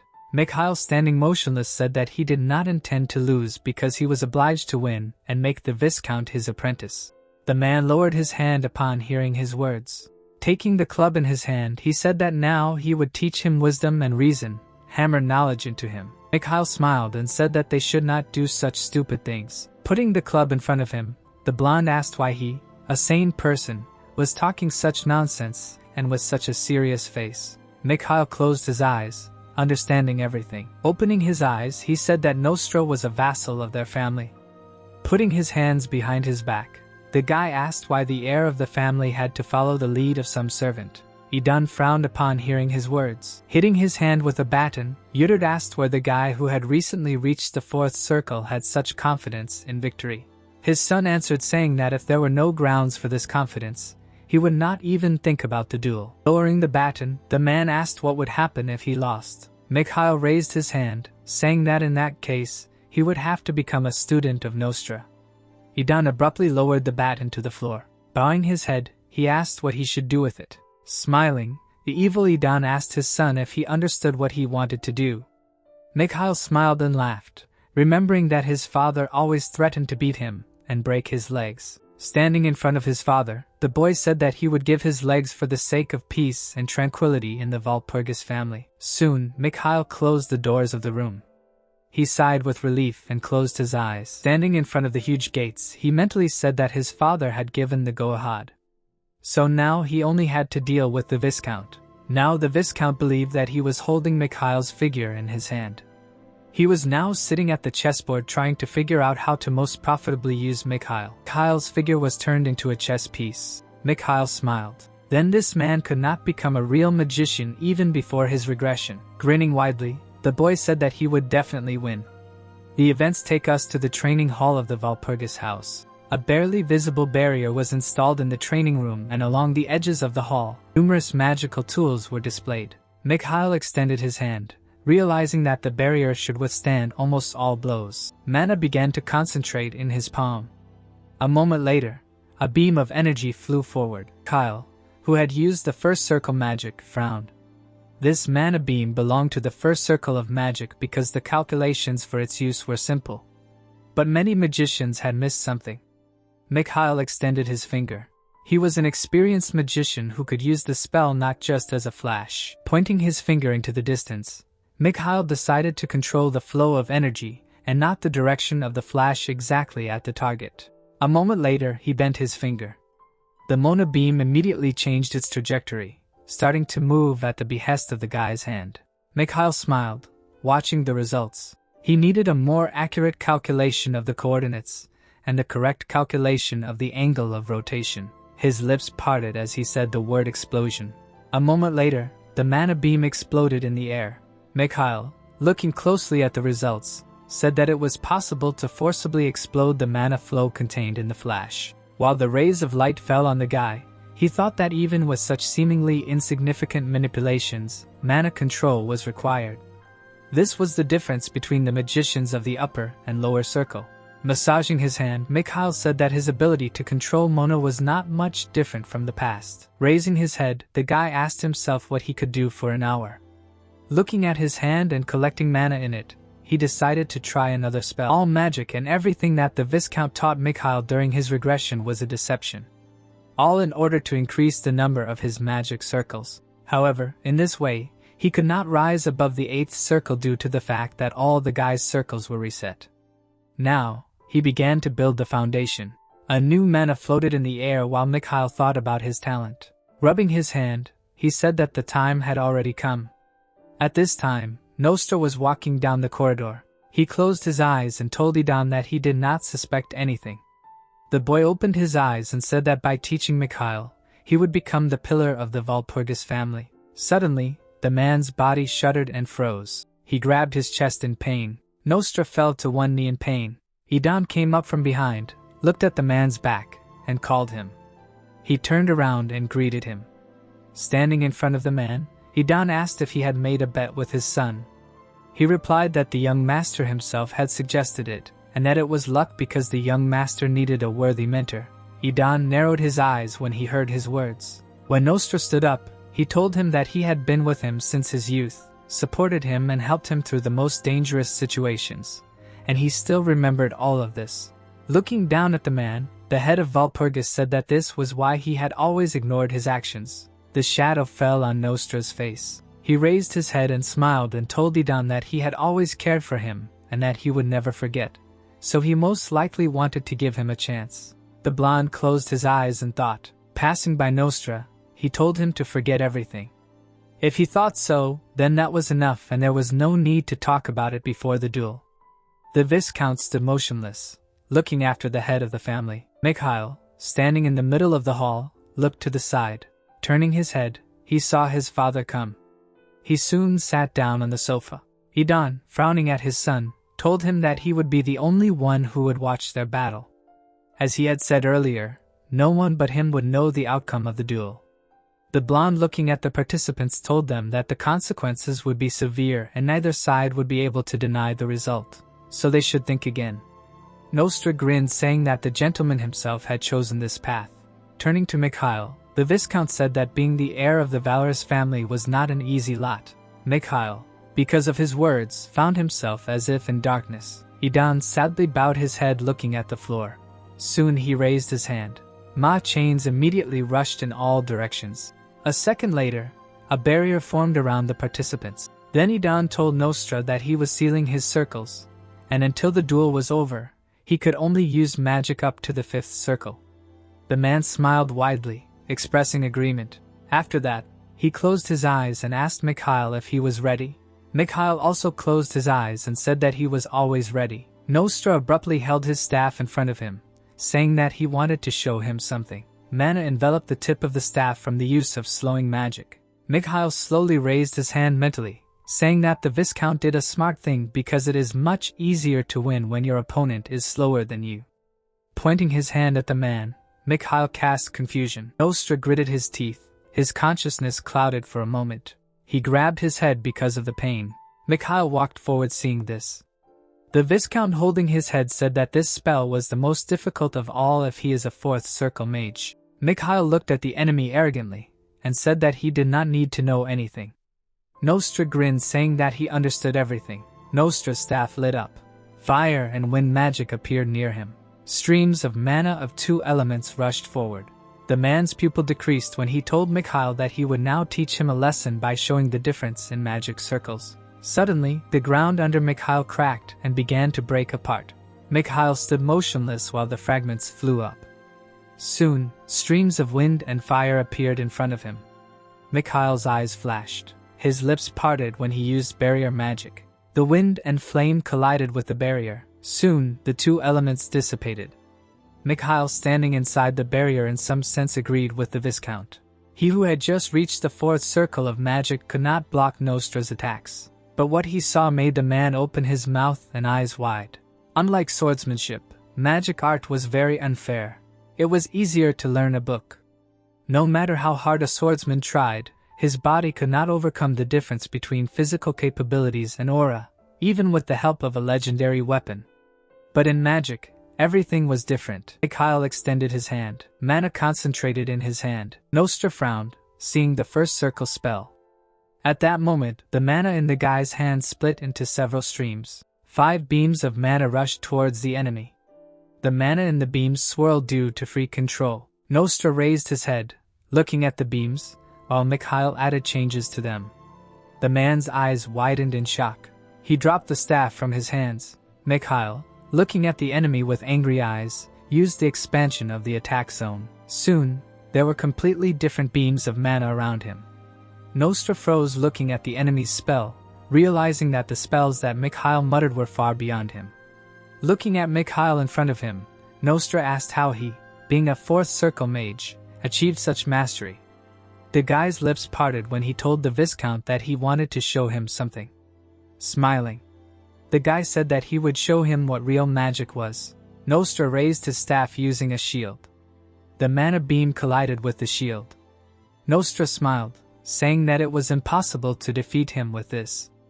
At that moment, Mikhail's pupil greatly decreased. A moment later, a strong explosion occurred in the room. Nostra, who found himself in the middle of the smoke, did not understand how the guy could control mana so terrifyingly accurately. Looking at the guy in front of him, he asked him how he did it. He answered, saying that he saw it all himself. Just a little calculation and one dirty trick. The man frowned and said that he was sure that he used something forbidden. Mikhail slammed the wall. Looking at the Nostra in front of him, he told him to watch his words. Lowering his hand, the guy said that he was fighting him now as a member of the Walpurgis family, and since he dared to accuse him of using forbidden magic, he could probably prove it. The Viscount froze upon hearing his words. He fell to his knees, his hands shaking. Frowning deeply, he told Mikhail that it was all a lie. Mikhail chuckled. He extended his hand, saying that he accepted his answer. Once again, the mana beams rushed towards Nostra. He opened his mouth in shock using his shield. A moment later, another explosion occurred in the room. Nostra was lying on the floor, trembling all over. Mikhail, standing to the side, told the Viscount to get up. He clenched his teeth and was angry upon hearing his words. He stood up, telling Mikhail that he appeared before him in an unexpected form. Mikhail formed mana beams upon hearing his words. Nostra, grinning, said that he would now show himself in action, and he would see what the power of a 7th-Circle Mage means. The mana beams rushed towards Nostra again. He formed 2 barriers blocking the attack. Mikhail, standing to the side, noticed that his spell had been disabled. Using 2 shields at once, the Viscount completely neutralized the attack. Nostra extended his hand using a multi-charge attack. Streams of fire formed around him. Idan, who was sitting to the side, became worried when he saw the magic of the 4th circle. He stood up from his seat, realizing that an ordinary 7th-Circle Mage could improve this attack to his level, but it was not that much. He covered his face when he saw that Nostra had used 3 4th-circle spells at once. Lowering his hand, the man said that he finally understood what was being hidden from him. Spreading his arms out to the sides, the Viscount laughed, telling Mikhail that even though his strength had exceeded his expectations, he would not be able to withstand 3 fiery spears. The man grabbed his clothes. He did not stop laughing, looking at his opponent. A moment later, streams of fire rushed towards Mikhail. The collision in the floor raised clouds of smoke. Idan, who was sitting on the couch, said that it seemed that the Viscount was right. Squinting and continuing to laugh, Nostra said that victory was his. A moment later, he suddenly froze from what he saw. The guy's silhouette was visible through the smoke. He held a fiery spear in his hand and said that now it was his turn. Idan opened his mouth in amazement. The amazed Nostra asked the guy how he stopped the spear. The guy looked at the spear in his hand. Dispelling it, he said that it was easy. Frowning, Idan asked how he, who had recently reached the 4th circle, was able to stop his attack. Lowering Mikhail's hand, he said that the ability to control magic is much more important than magic itself. Mikhail was talented. He outweighed the talent of Nostra himself, and without talent, it is impossible to win. Learning magic has never succumbed to logic. Nostra squeezed the staff in his hand tighter. Frowning, the Viscount asked the guy if he wanted to say that he was more talented than him. Smiling, the guy told the man to try to prove the opposite. Nostra let go of the staff in his hand. He stretched out both hands. In a second, he formed an ice spear. The man's face distorted into a grimace of anger. He used the demonic hand, after which he used a spike attack. 3 different spells rushed towards Mikhail. The world around Mikhail disappeared when he used a flash again. Streams of mana rushed towards the magic of the Nostra. He froze in amazement, asking the guy why he interrupted his spells with such ease. Mikhail raised his hand, saying that he had already told him that he had simply calculated everything. Mana gathered in the guy's hand again. Many streams of mana gathered around his body. Nostra looked at the guy in the huge number of flashes in horror. Extending his hand, Mikhail told the Viscount that he had previously been able to put up a shield. But now, would he be able to stop an attack that was 10 times more powerful than the previous one? Beams of mana swirled, preparing to rush forward. Mikhail smiled, saying that one person once told him that explosions are a real art. A moment later, streams of mana rushed towards the Viscount. He froze without even having time to move. He screamed in despair using the shield. Streams of mana began to crash into the shield and explode. There was an explosion. The mage's eyes rolled back and he started coughing up smoke. The guy's hands started to blur in the light. He used confusion. Using this technique, he hit Viscount in the face. His face twisted and a groan escaped from his swollen mouth. Mikhail's pupils narrowed without stopping. He used the flash. A bright sphere began to form in his hand. Several red arcs captured the enemy's body. He threw his head back and screamed, asking his master to stop. He tried to say something else, but a fist flew into his face. Mikhail glared at him and told him to just shut up and keep his mouth shut. The guy grabbed the man by the collar. It was one of the things he wanted to do before he died, but he hadn't done even half of the list. The fist cut through the air. He left that list. The hand bent as it should before a blow, but there was one thing Mikhail could do right now. The fingers clenched the stupid collar. Someone shouted the name of Mikhail. The blonde lost the adequacy in his gaze. His eyes were trembling and someone continued to call him. The father grabbed his hand and told him to stop because it was all over. He had won and it was necessary to stop. The son screamed and said that he did not hear the Viscount asking for mercy. The beaten nostril lay on the ground. The Marquis screamed that the guy had smashed his entire face, and there was nothing left to say. The magician spread his hands and told his father that his enemy was not showing that he was ready to surrender. Mikhail frowned at his father's clenched fist. He asked to look at the large and beautiful veins on it. The guy replied that he understood what he meant because violence breeds even more violence. The man looked at him wisely and asked if Nostra accepted defeat. The magician mumbled and shook his head. Idan lowered his gaze and said, "Okay." He circled the body with a magic circle. The son asked if he could deliver his final blow, but his father had already said the word teleport. A red pillar of light took the beaten man with it. The man froze and sank into thought. The son looked at him cautiously after the appeal. Idan did not turn around and said that he did not even suspect that his skills had grown so much he did not expect to see such a thing. A weak smile appeared on the adult face. He said that what the guy showed today. He fell silent and began to tell the story of how a long time ago there was a magician who was called an apostle and such skills were in his teaching. Mikhail smiled crookedly and immediately objected that this was a simple coincidence, denying every word his father said. He looked at him, understanding what he was talking about. It was about the Twilight Magician. He imagined his silhouette and remembered that he was expelled from all possible places and in the end he disappeared without a trace. The young man looked at his father and asked if he underestimated him too much. The Marquis turned around. His son said that the skills he had demonstrated earlier were not difficult.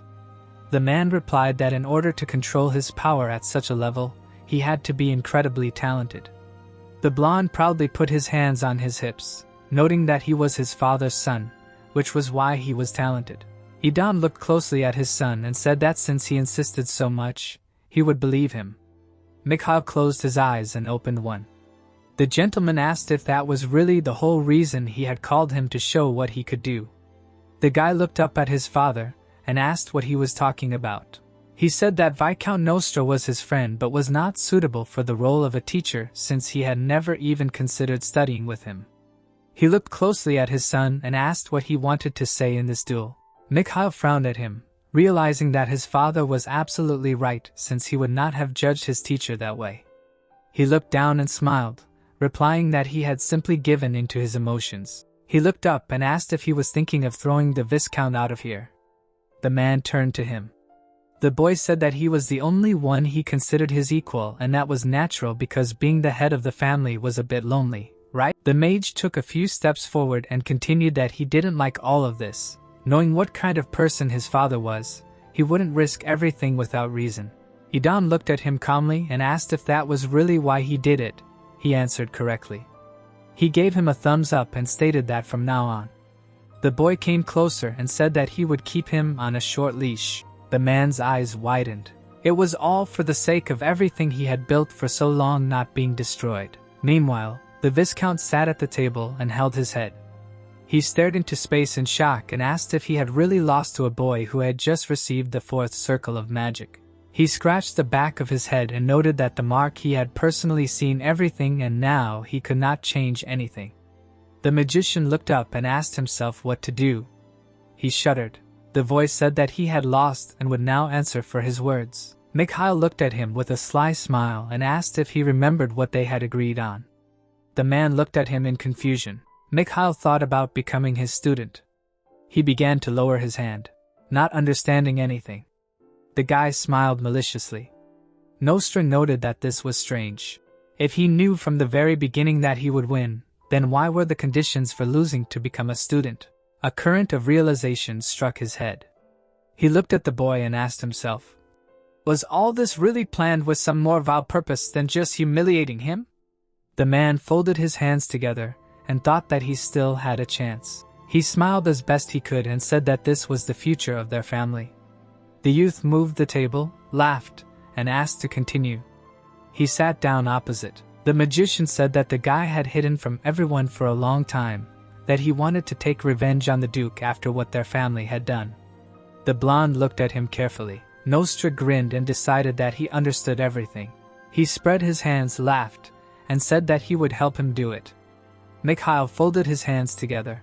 The magician asked if he understood correctly that he wanted revenge. Sweat began to flow down the Viscount's face from the silence. A sly grin appeared on the young man's face. The man shuddered, hearing no in response. Mikhail bowed his head and said that his student was talking too much.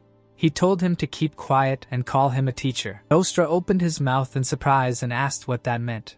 He put his hands on the table and asked if the Marquis would really be his teacher. Mikhail confirmed it. The man's eyes widened in amazement and decided that this was not a joke. Judging by his serious look, Mikhail watched his reaction carefully. The Viscount decided that he needed to prevent this at all costs. A drop of sweat rolled down his cheek. The mage frowned pitifully and reminded him that he was a good friend of his father and owned 7 circles. The vassal shuddered in fear when the boy asked him to stop talking such nonsense. The young man pointed his finger at the table. Mikhail frowned and reminded him that a promise made by a mage could not be broken. His finger lay on the table between Nostra's hands. People touched each other. A promise of mages is an oath on magic circles. Magic chains were spinning around. If the oath was broken, the circles would be destroyed. The man jumped up from his seat and said that their difference in age and strength would not allow him to become an apprentice. He asked how this was even possible. The wizard raised his hand and said that nothing was impossible. Mikhail looked sternly at his comrade and said that he knew that he would want to prevent this. The Viscount's eyes widened in shock. The mage sat back on his chair. The heroes went outside and Mikhail turned to his apprentice. The vassal closed his eyes and called him his teacher.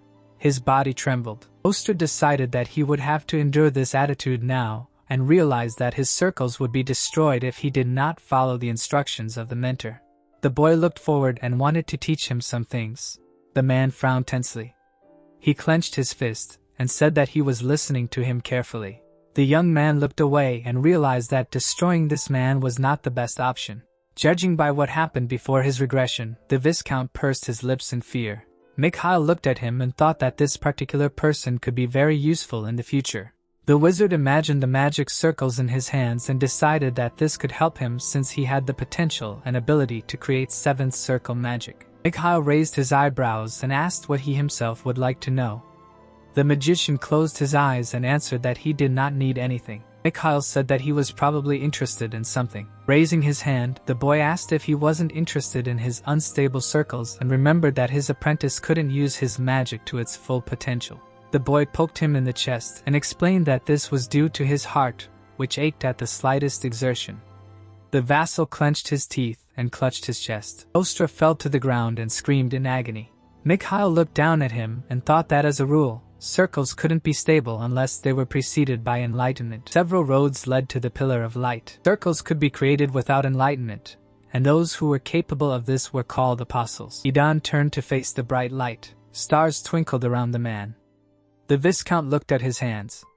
The magician spread his fingers. The wizard assumed that this attempt was provoked by the fact that he did not reach the level of his father.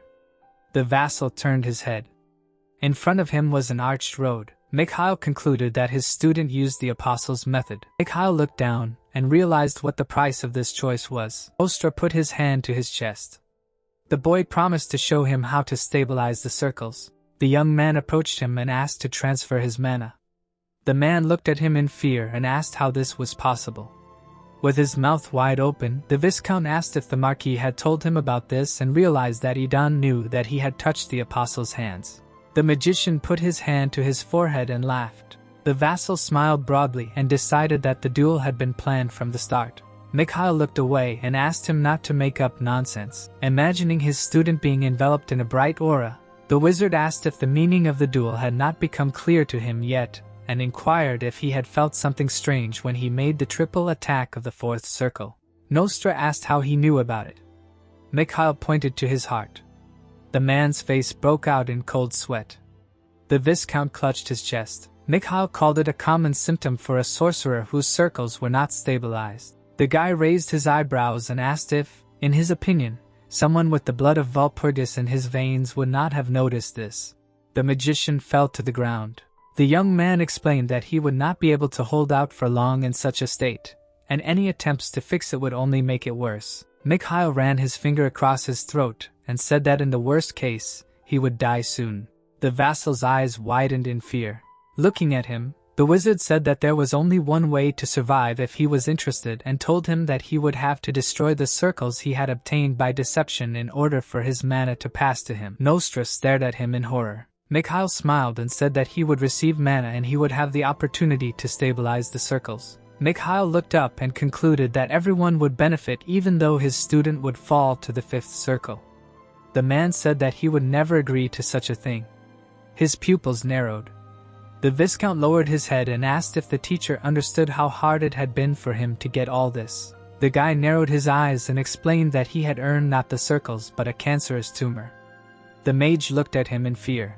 The young man remembered that in his past life, this man was slowly dying because he decided to commit such a deception. But in the end, he succumbed to temptation and paid for it. Mikhail silently looked ahead.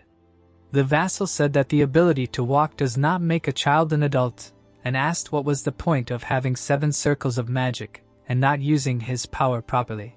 The wizard frowned and explained that his student created these circles because he felt inferior next to Idan, but there is no true meaning in them. Nostra opened his mouth in shock when Mikhail stated that his father knew about this perfectly well. The Marquis was standing by the window. He had a serene look. Mikhail remembered that in his past life, his father preferred to pretend to the very end that he knew nothing, but this was the wrong decision. The guy put his hand on his belt and said that his comrade's attempt to use him failed. Nostra closed his eyes. In the memory, the aristocrats were standing on a cliff above the sea. The nobleman explained that he had been through a lot to be here now, his cloak fluttering in the wind. Looking at the sunset, the man said that he had almost died several times, but was still able to get here thanks to his friend. The Viscount closed his eyes. Looking down, the Marquis called him an amazing man and said that many people thought that he had achieved everything on his own. The nobleman placed a hand on his comrade's shoulder and added that he had great aspirations. The nobleman moved him forward and explained that this was the reason why his friend did not stand still, but continued to develop. The mage looked at him in surprise. The man smiled and said that he did not care what other people said. Idan glanced at his friend and called him the only one he could trust. The vassal lowered his head and fell silent. The youth watched him carefully without looking up. Nostra agreed to his proposal to destroy the circles. The Viscount smiled nervously and asked the teacher to take all his mana. 5 magic circles appeared in his hand. Mikhail looked at them and thought. The wizard clenched his fist and decided that it was quite simple. The Viscount lowered his head and was upset about losing his circles. Mikhail smiled awkwardly and thought about how hard it was for him to look at a sad student every day. Mikhail put his hand to his chin and realized that he had done an excellent job with his first task. The guy looked down and decided that putting out the spark that could turn into a fire was somewhat urgent. The young man narrowed his eyes and thought about the fact that in just 7 years a catastrophe would happen and that he had no particular problems because he knew what was at stake. Cassandra clasped her hands together. Her eyes lit up. The Demon King's eyes lit up. Exactly 7 years from now, according to the prophecy, a catastrophe would happen. The winged monsters rose into the sky. The unwillingness to believe the prophecy turned into a catastrophe. The world was not ready to face the demons. Besides, their strength far exceeded that of humans. People fled to avoid falling into the clutches of the monsters. Although the monsters could not replenish their ranks, there was not a single living creature capable of resisting them. The devil crushed the man with his fist.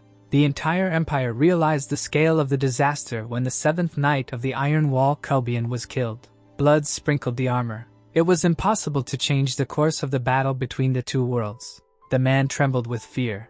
People tried to call Mikhail's, but it was too late. Swords fell to the ground. The demons destroyed half of the empire.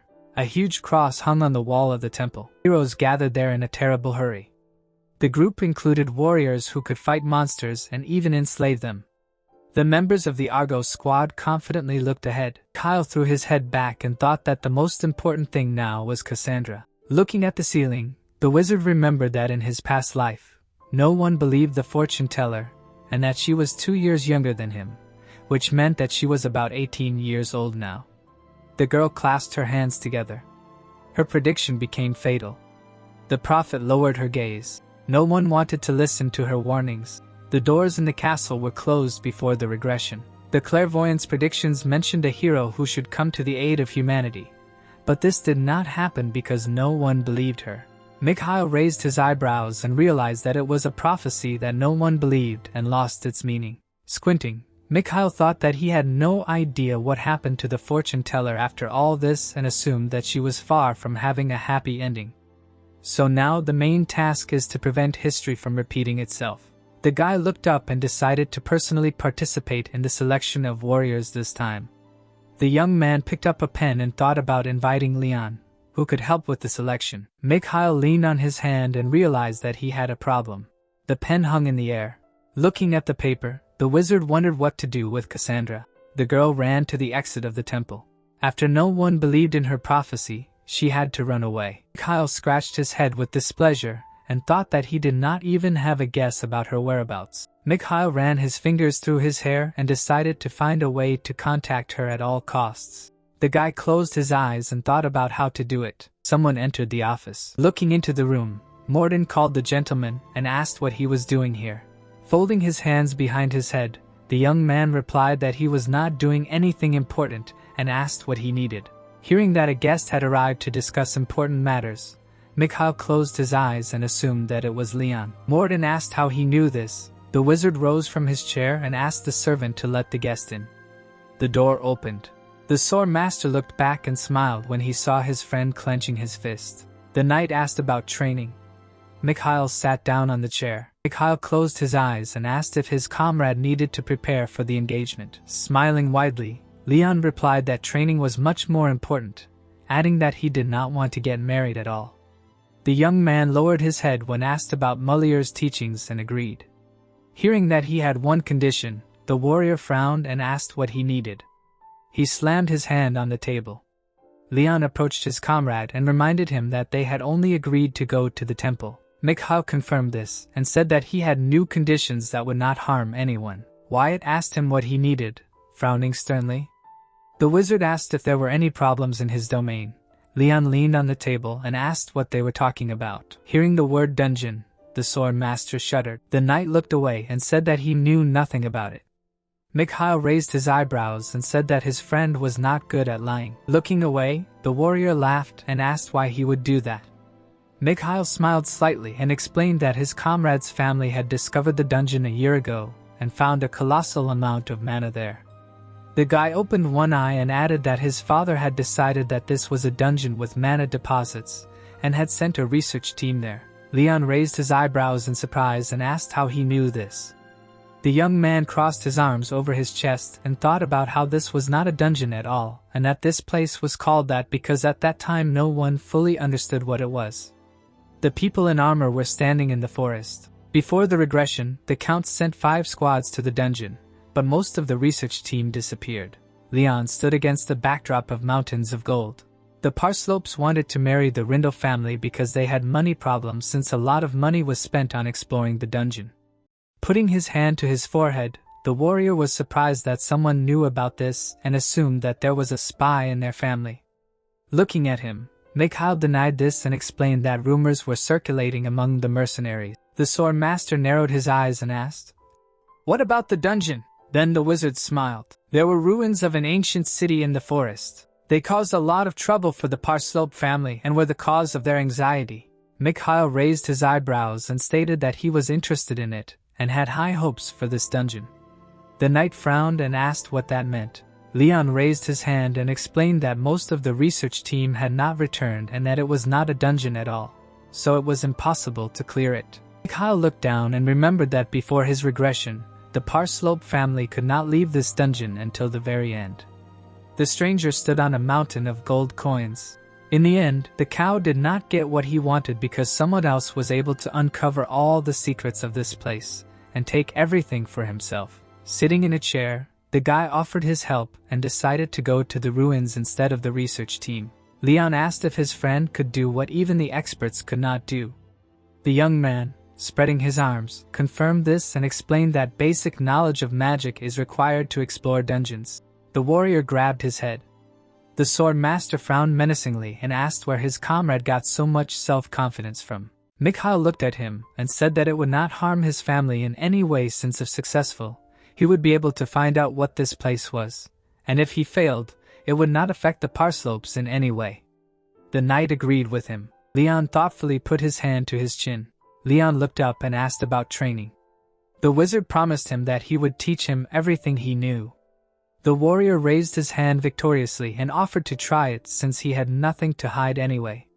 The sword master presented a menacing look from the man and explained that his consent did not guarantee anything and that the last word would be with his father in any case. Mikhail rose from his chair. Mikhail grinned and decided to go to the marquis right now since they had decided everything. Idan irritably covered his eyes with his hand. Sitting in front of his son, the aristocrat reminded him that they had agreed that he would take on the Rindle family and asked what this next crazy idea with the Parslopes was. The guy said that it was all connected. The nobleman looked at him and asked if his son had decided to go to their lands to pull another trick and cause a stir in the family. The young man rolled his eyes and denied it, promised not to repeat his mistakes, and explained that he had already made a deal with Leon. Holding a bloody club in his hands, the man said that a promise from a mage should never be broken. Mikhail looked away and wondered why his father was so kind to his old friend, but always wanted to beat him. The wizard asked him to put the stick away and promised to handle everything. The marquis put the club on his shoulder and said that it was a staff. Mikhail frowned and said that it looked more like a club used to chase orcs. Holding the weapon in front of him, Idan explained that everything the mage holds in his hands becomes a staff and told him about how he hunted demonic creatures with this thing. There were traces of demon blood on the staff. The nobleman frowned in displeasure when asked why there was blood on the mage staff at all. Mikhail smiled slightly. The boy extended his hands forward and reminded him that there was more to it than just a promise. The nobleman jumped up from his chair when his son refused to say what they were talking about. The man put his club on the table. The marquis lowered his hand and asked if he could count on his son. The young man looked up in surprise. A smile appeared on his face. Mikhail said that his father always did this and always believed in him, and Idan looked down. The wizard looked at the floor and remembered how in his past life his father believed in him to the last and did not give up. This hurt even more. Then, standing in front of his dead father, Mikhail regretted that he had not done anything earlier. The crown fell into oblivion, which is why Mikhail refused to be a warrior. The nobleman put his hands on the table and asked if his son was confident in his strength. The boy determinedly knitted his brows and explained that he had a plan in which all the actions were connected and thought about the fact that he could not give details because it was too early for him to tell about the dungeon. The nobleman rose from his chair and agreed.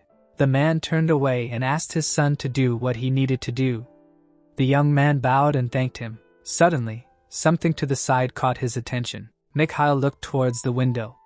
The wizard opened his mouth in surprise and asked if guests had really arrived. Without turning around, the marquis denied it.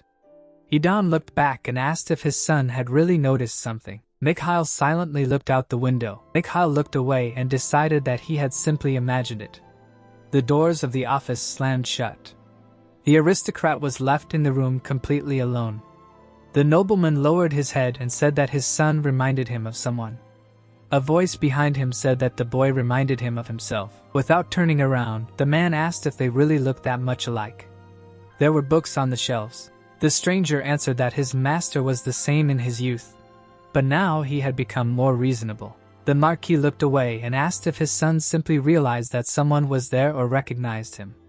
The man stepped out of the shadows and explained that there was nothing strange about it since his unusual circles were very difficult to hide. Idan turned his head and asked if they couldn't just get rid of them. Someone folded their hands behind their back. Morden closed his eyes. The aristocrat wondered if his son really didn't notice anything in his behavior. Morden raised his eyebrows and explained that the young man had changed a lot lately, had become bolder, and his ability to use magic had reached a completely different level. Lightning flashed in the boy's hands. The young man looked up. Standing before the master, the servant told him that it was not only magic, as circle magic did not give such a result, and suggested that it was his own ability, and that Mikhail was able to reveal his potential.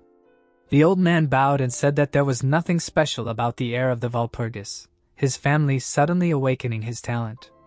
The nobleman looked at him silently. Morden decided that these were hereditary abilities that were passed down from generation to generation, and that if the boy was actually able to awaken this power in himself, then this only confirmed his belonging to the family.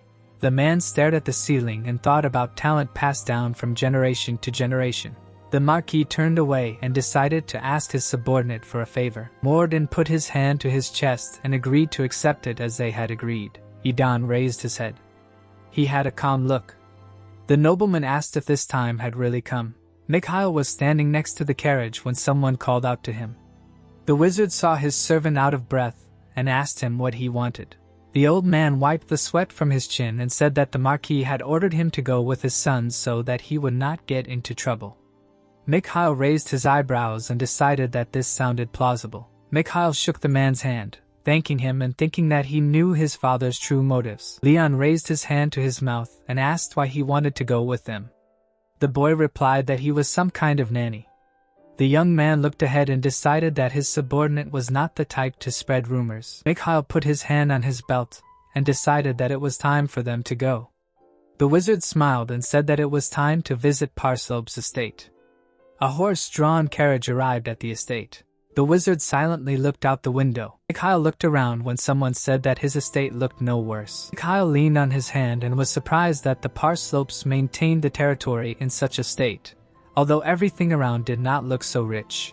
The guy looked away and thought that his father would have liked it here. There was a woman standing next to the shop. It was not only about the general state of everything around.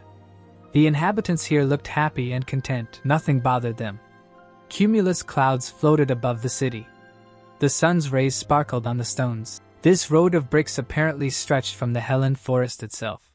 The Parslope must have well-established trade relations since they could afford so many bricks. The young man closed his eyes and said that it was not the luxurious appearance that mattered but the fact that the locals were happy with their lives so that the heir would be proud of his father.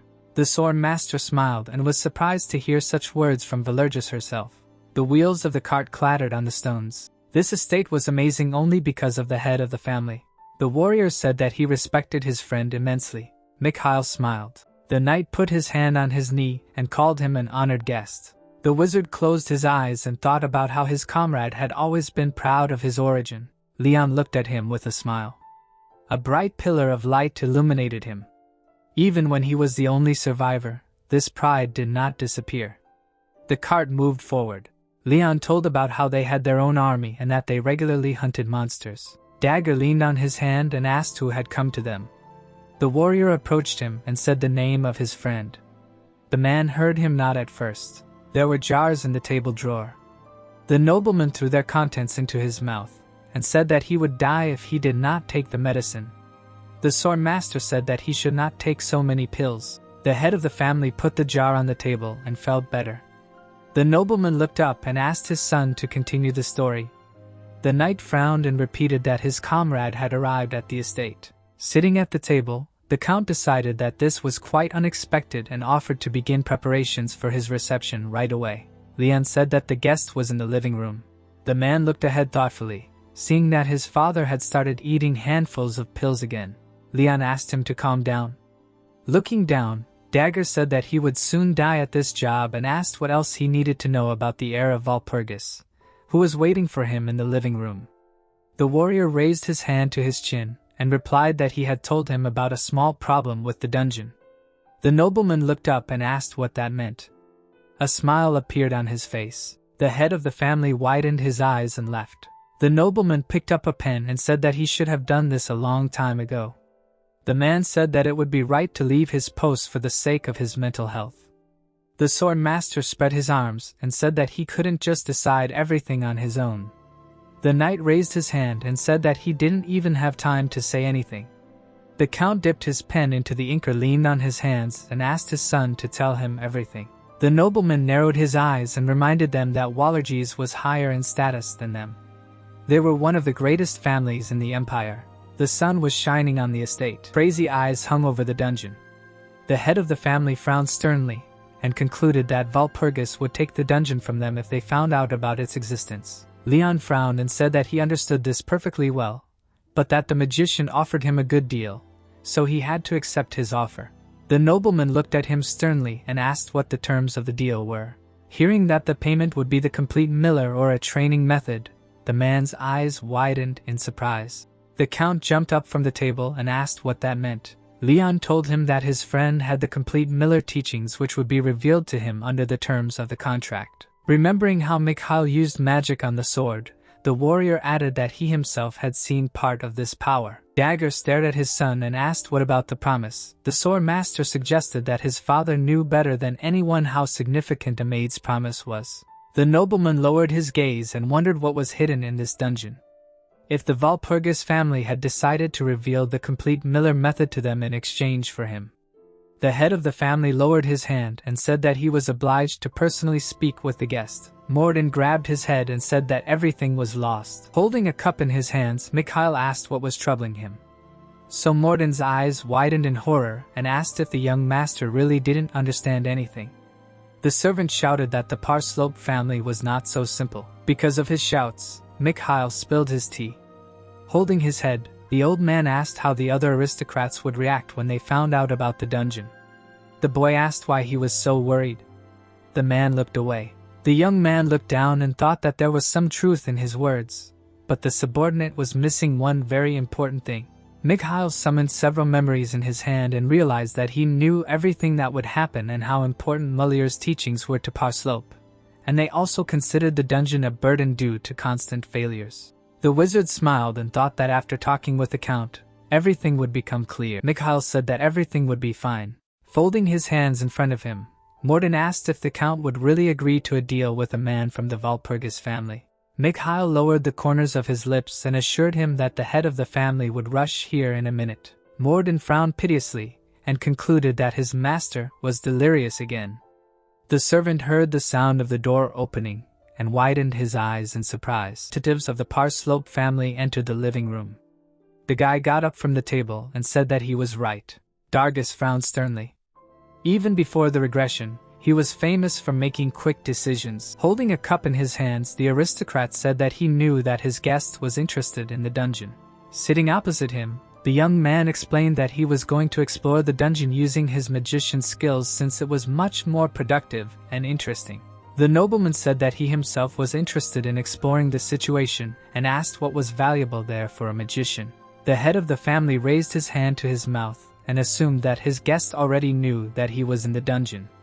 The Count raised his eyebrows and decided that this must be comparable to Mullier's teaching. Mikhail looked down, looking at the floor. The wizard thought that Mullier's teaching would not be enough to let him into the dungeon. The man crossed his arms over his chest and ordered him to tell him everything he knew. Mikhail looked up and decided that this was just a bluff. Mikhail imagined a chessboard and thought that in the end he had the advantage. With wide eyes, the boy explained that he was not sure that there would be any valuable things in the dungeon and asked permission to ask something. Dagger took a sip from the cup. The young man asked if the Parslope family would really be able to explore the dungeon on their own in such a state. Frowning, the aristocrat decided not to lie and replied that they actually did not have such an opportunity, but they did not need to take someone from the Valeri's family as a partner. Mikhail put his hand to his chest and asked, "How about him becoming their partner?" The head of the family clarified whether it was really not about the whole family, but only about him.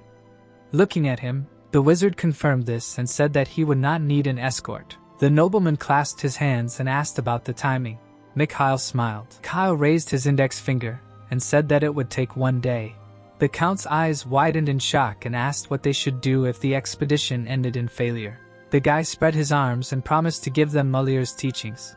The young man smiled confidently and decided to divide the spoils in half if everything ended successfully. The heroes stood in front of the entrance to the ruins. Leon asked if they were really going to go into the dungeon together.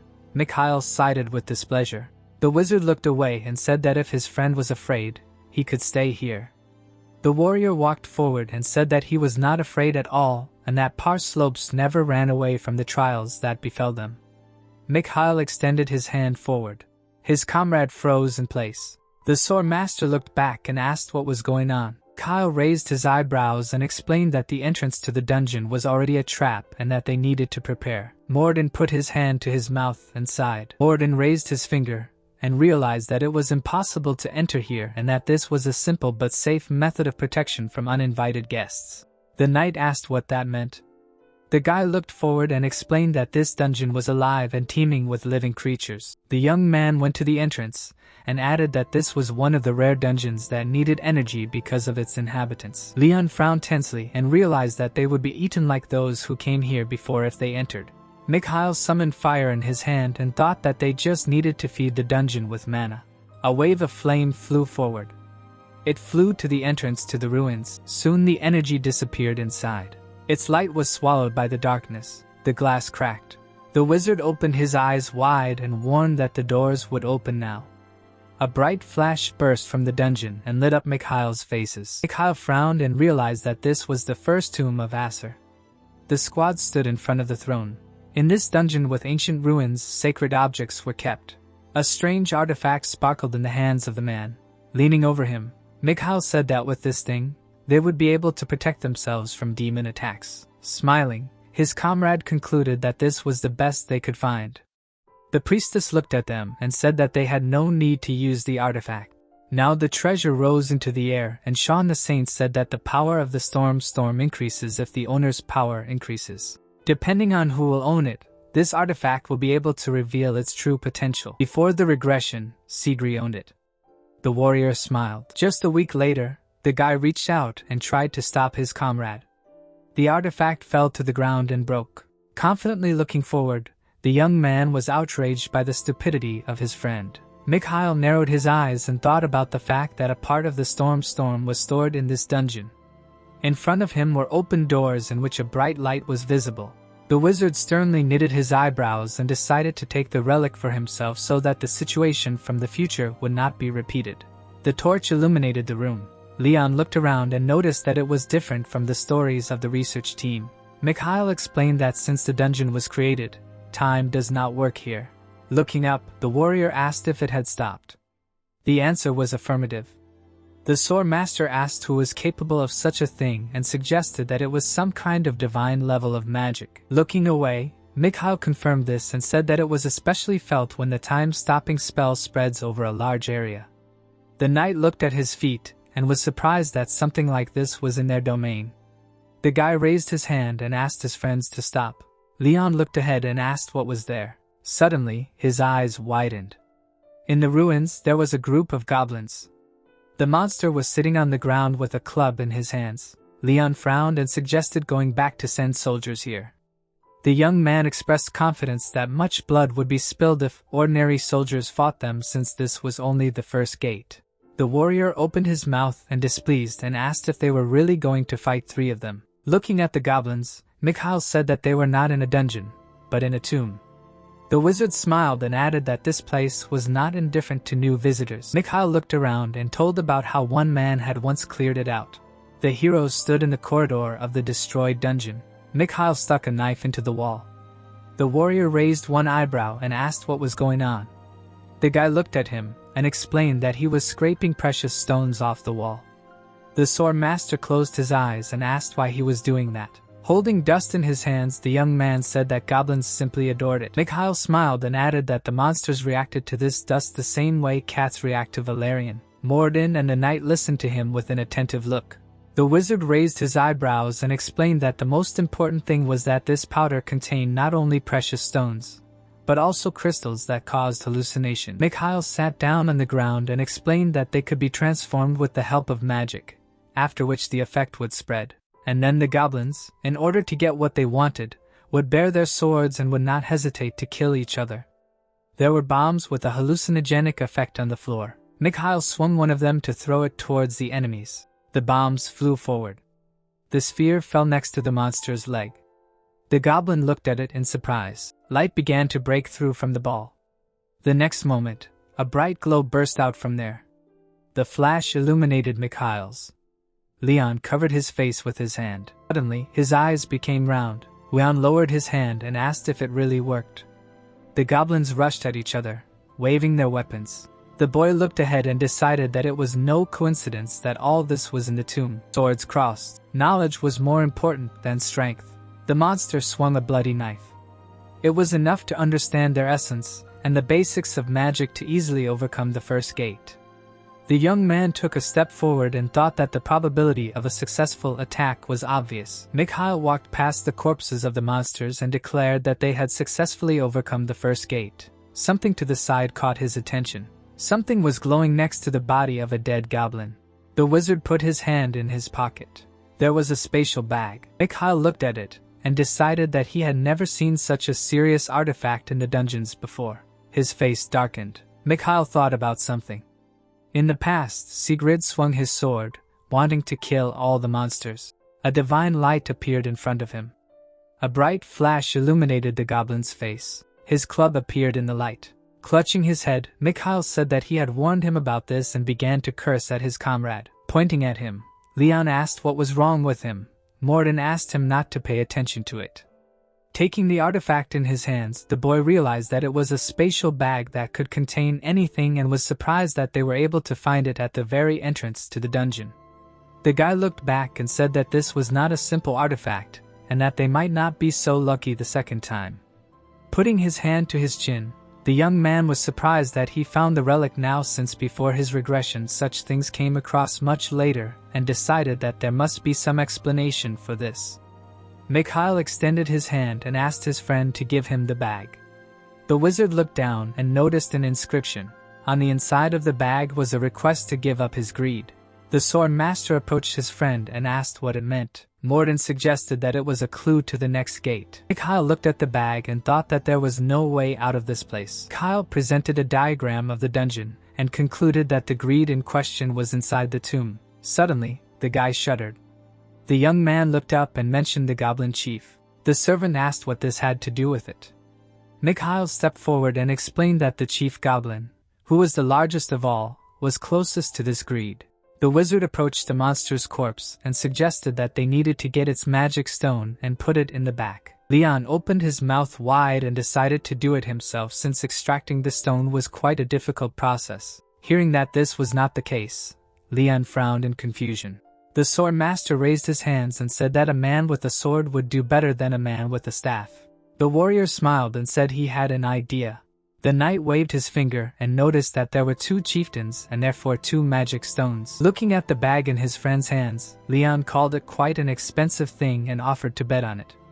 He pointed at himself and said that he had to be sure that he would receive a reward for this dungeon. Mikhail narrowed his eyes in disbelief. Standing on the stomach of a huge goblin, Leon decided that the spatial bag would be an excellent reward. His eyes widened. The sword master used acceleration. Several waves of blue energy appeared around him. A red stone appeared next to his sword. The warrior took it in his hand and decided that this was a clear victory. The knight looked at his friend and declared that this was enough. Mikhail held an identical red stone in his hand. Leon's mouth opened in amazement. The magic stone was shining. This was proof that the mana had not left him after the death of the monster. Leon fell to his knees. He lowered his head and admitted defeat. The boy threw the stone into the bag and declared himself the winner. A wave of energy burst out of the bag. Inside was a blue key. A bright wave looped in the air. It crashed into the wall. A shining door appeared in the room. The heroes approached it. The young man put his hand to his chin and thought that this place was definitely not like the one rumored before the regression. Mikhail looked ahead and realized that they still had about 4 gates left if this was an accessible space. The wizard smiled broadly and said that they had found a way to shorten the path.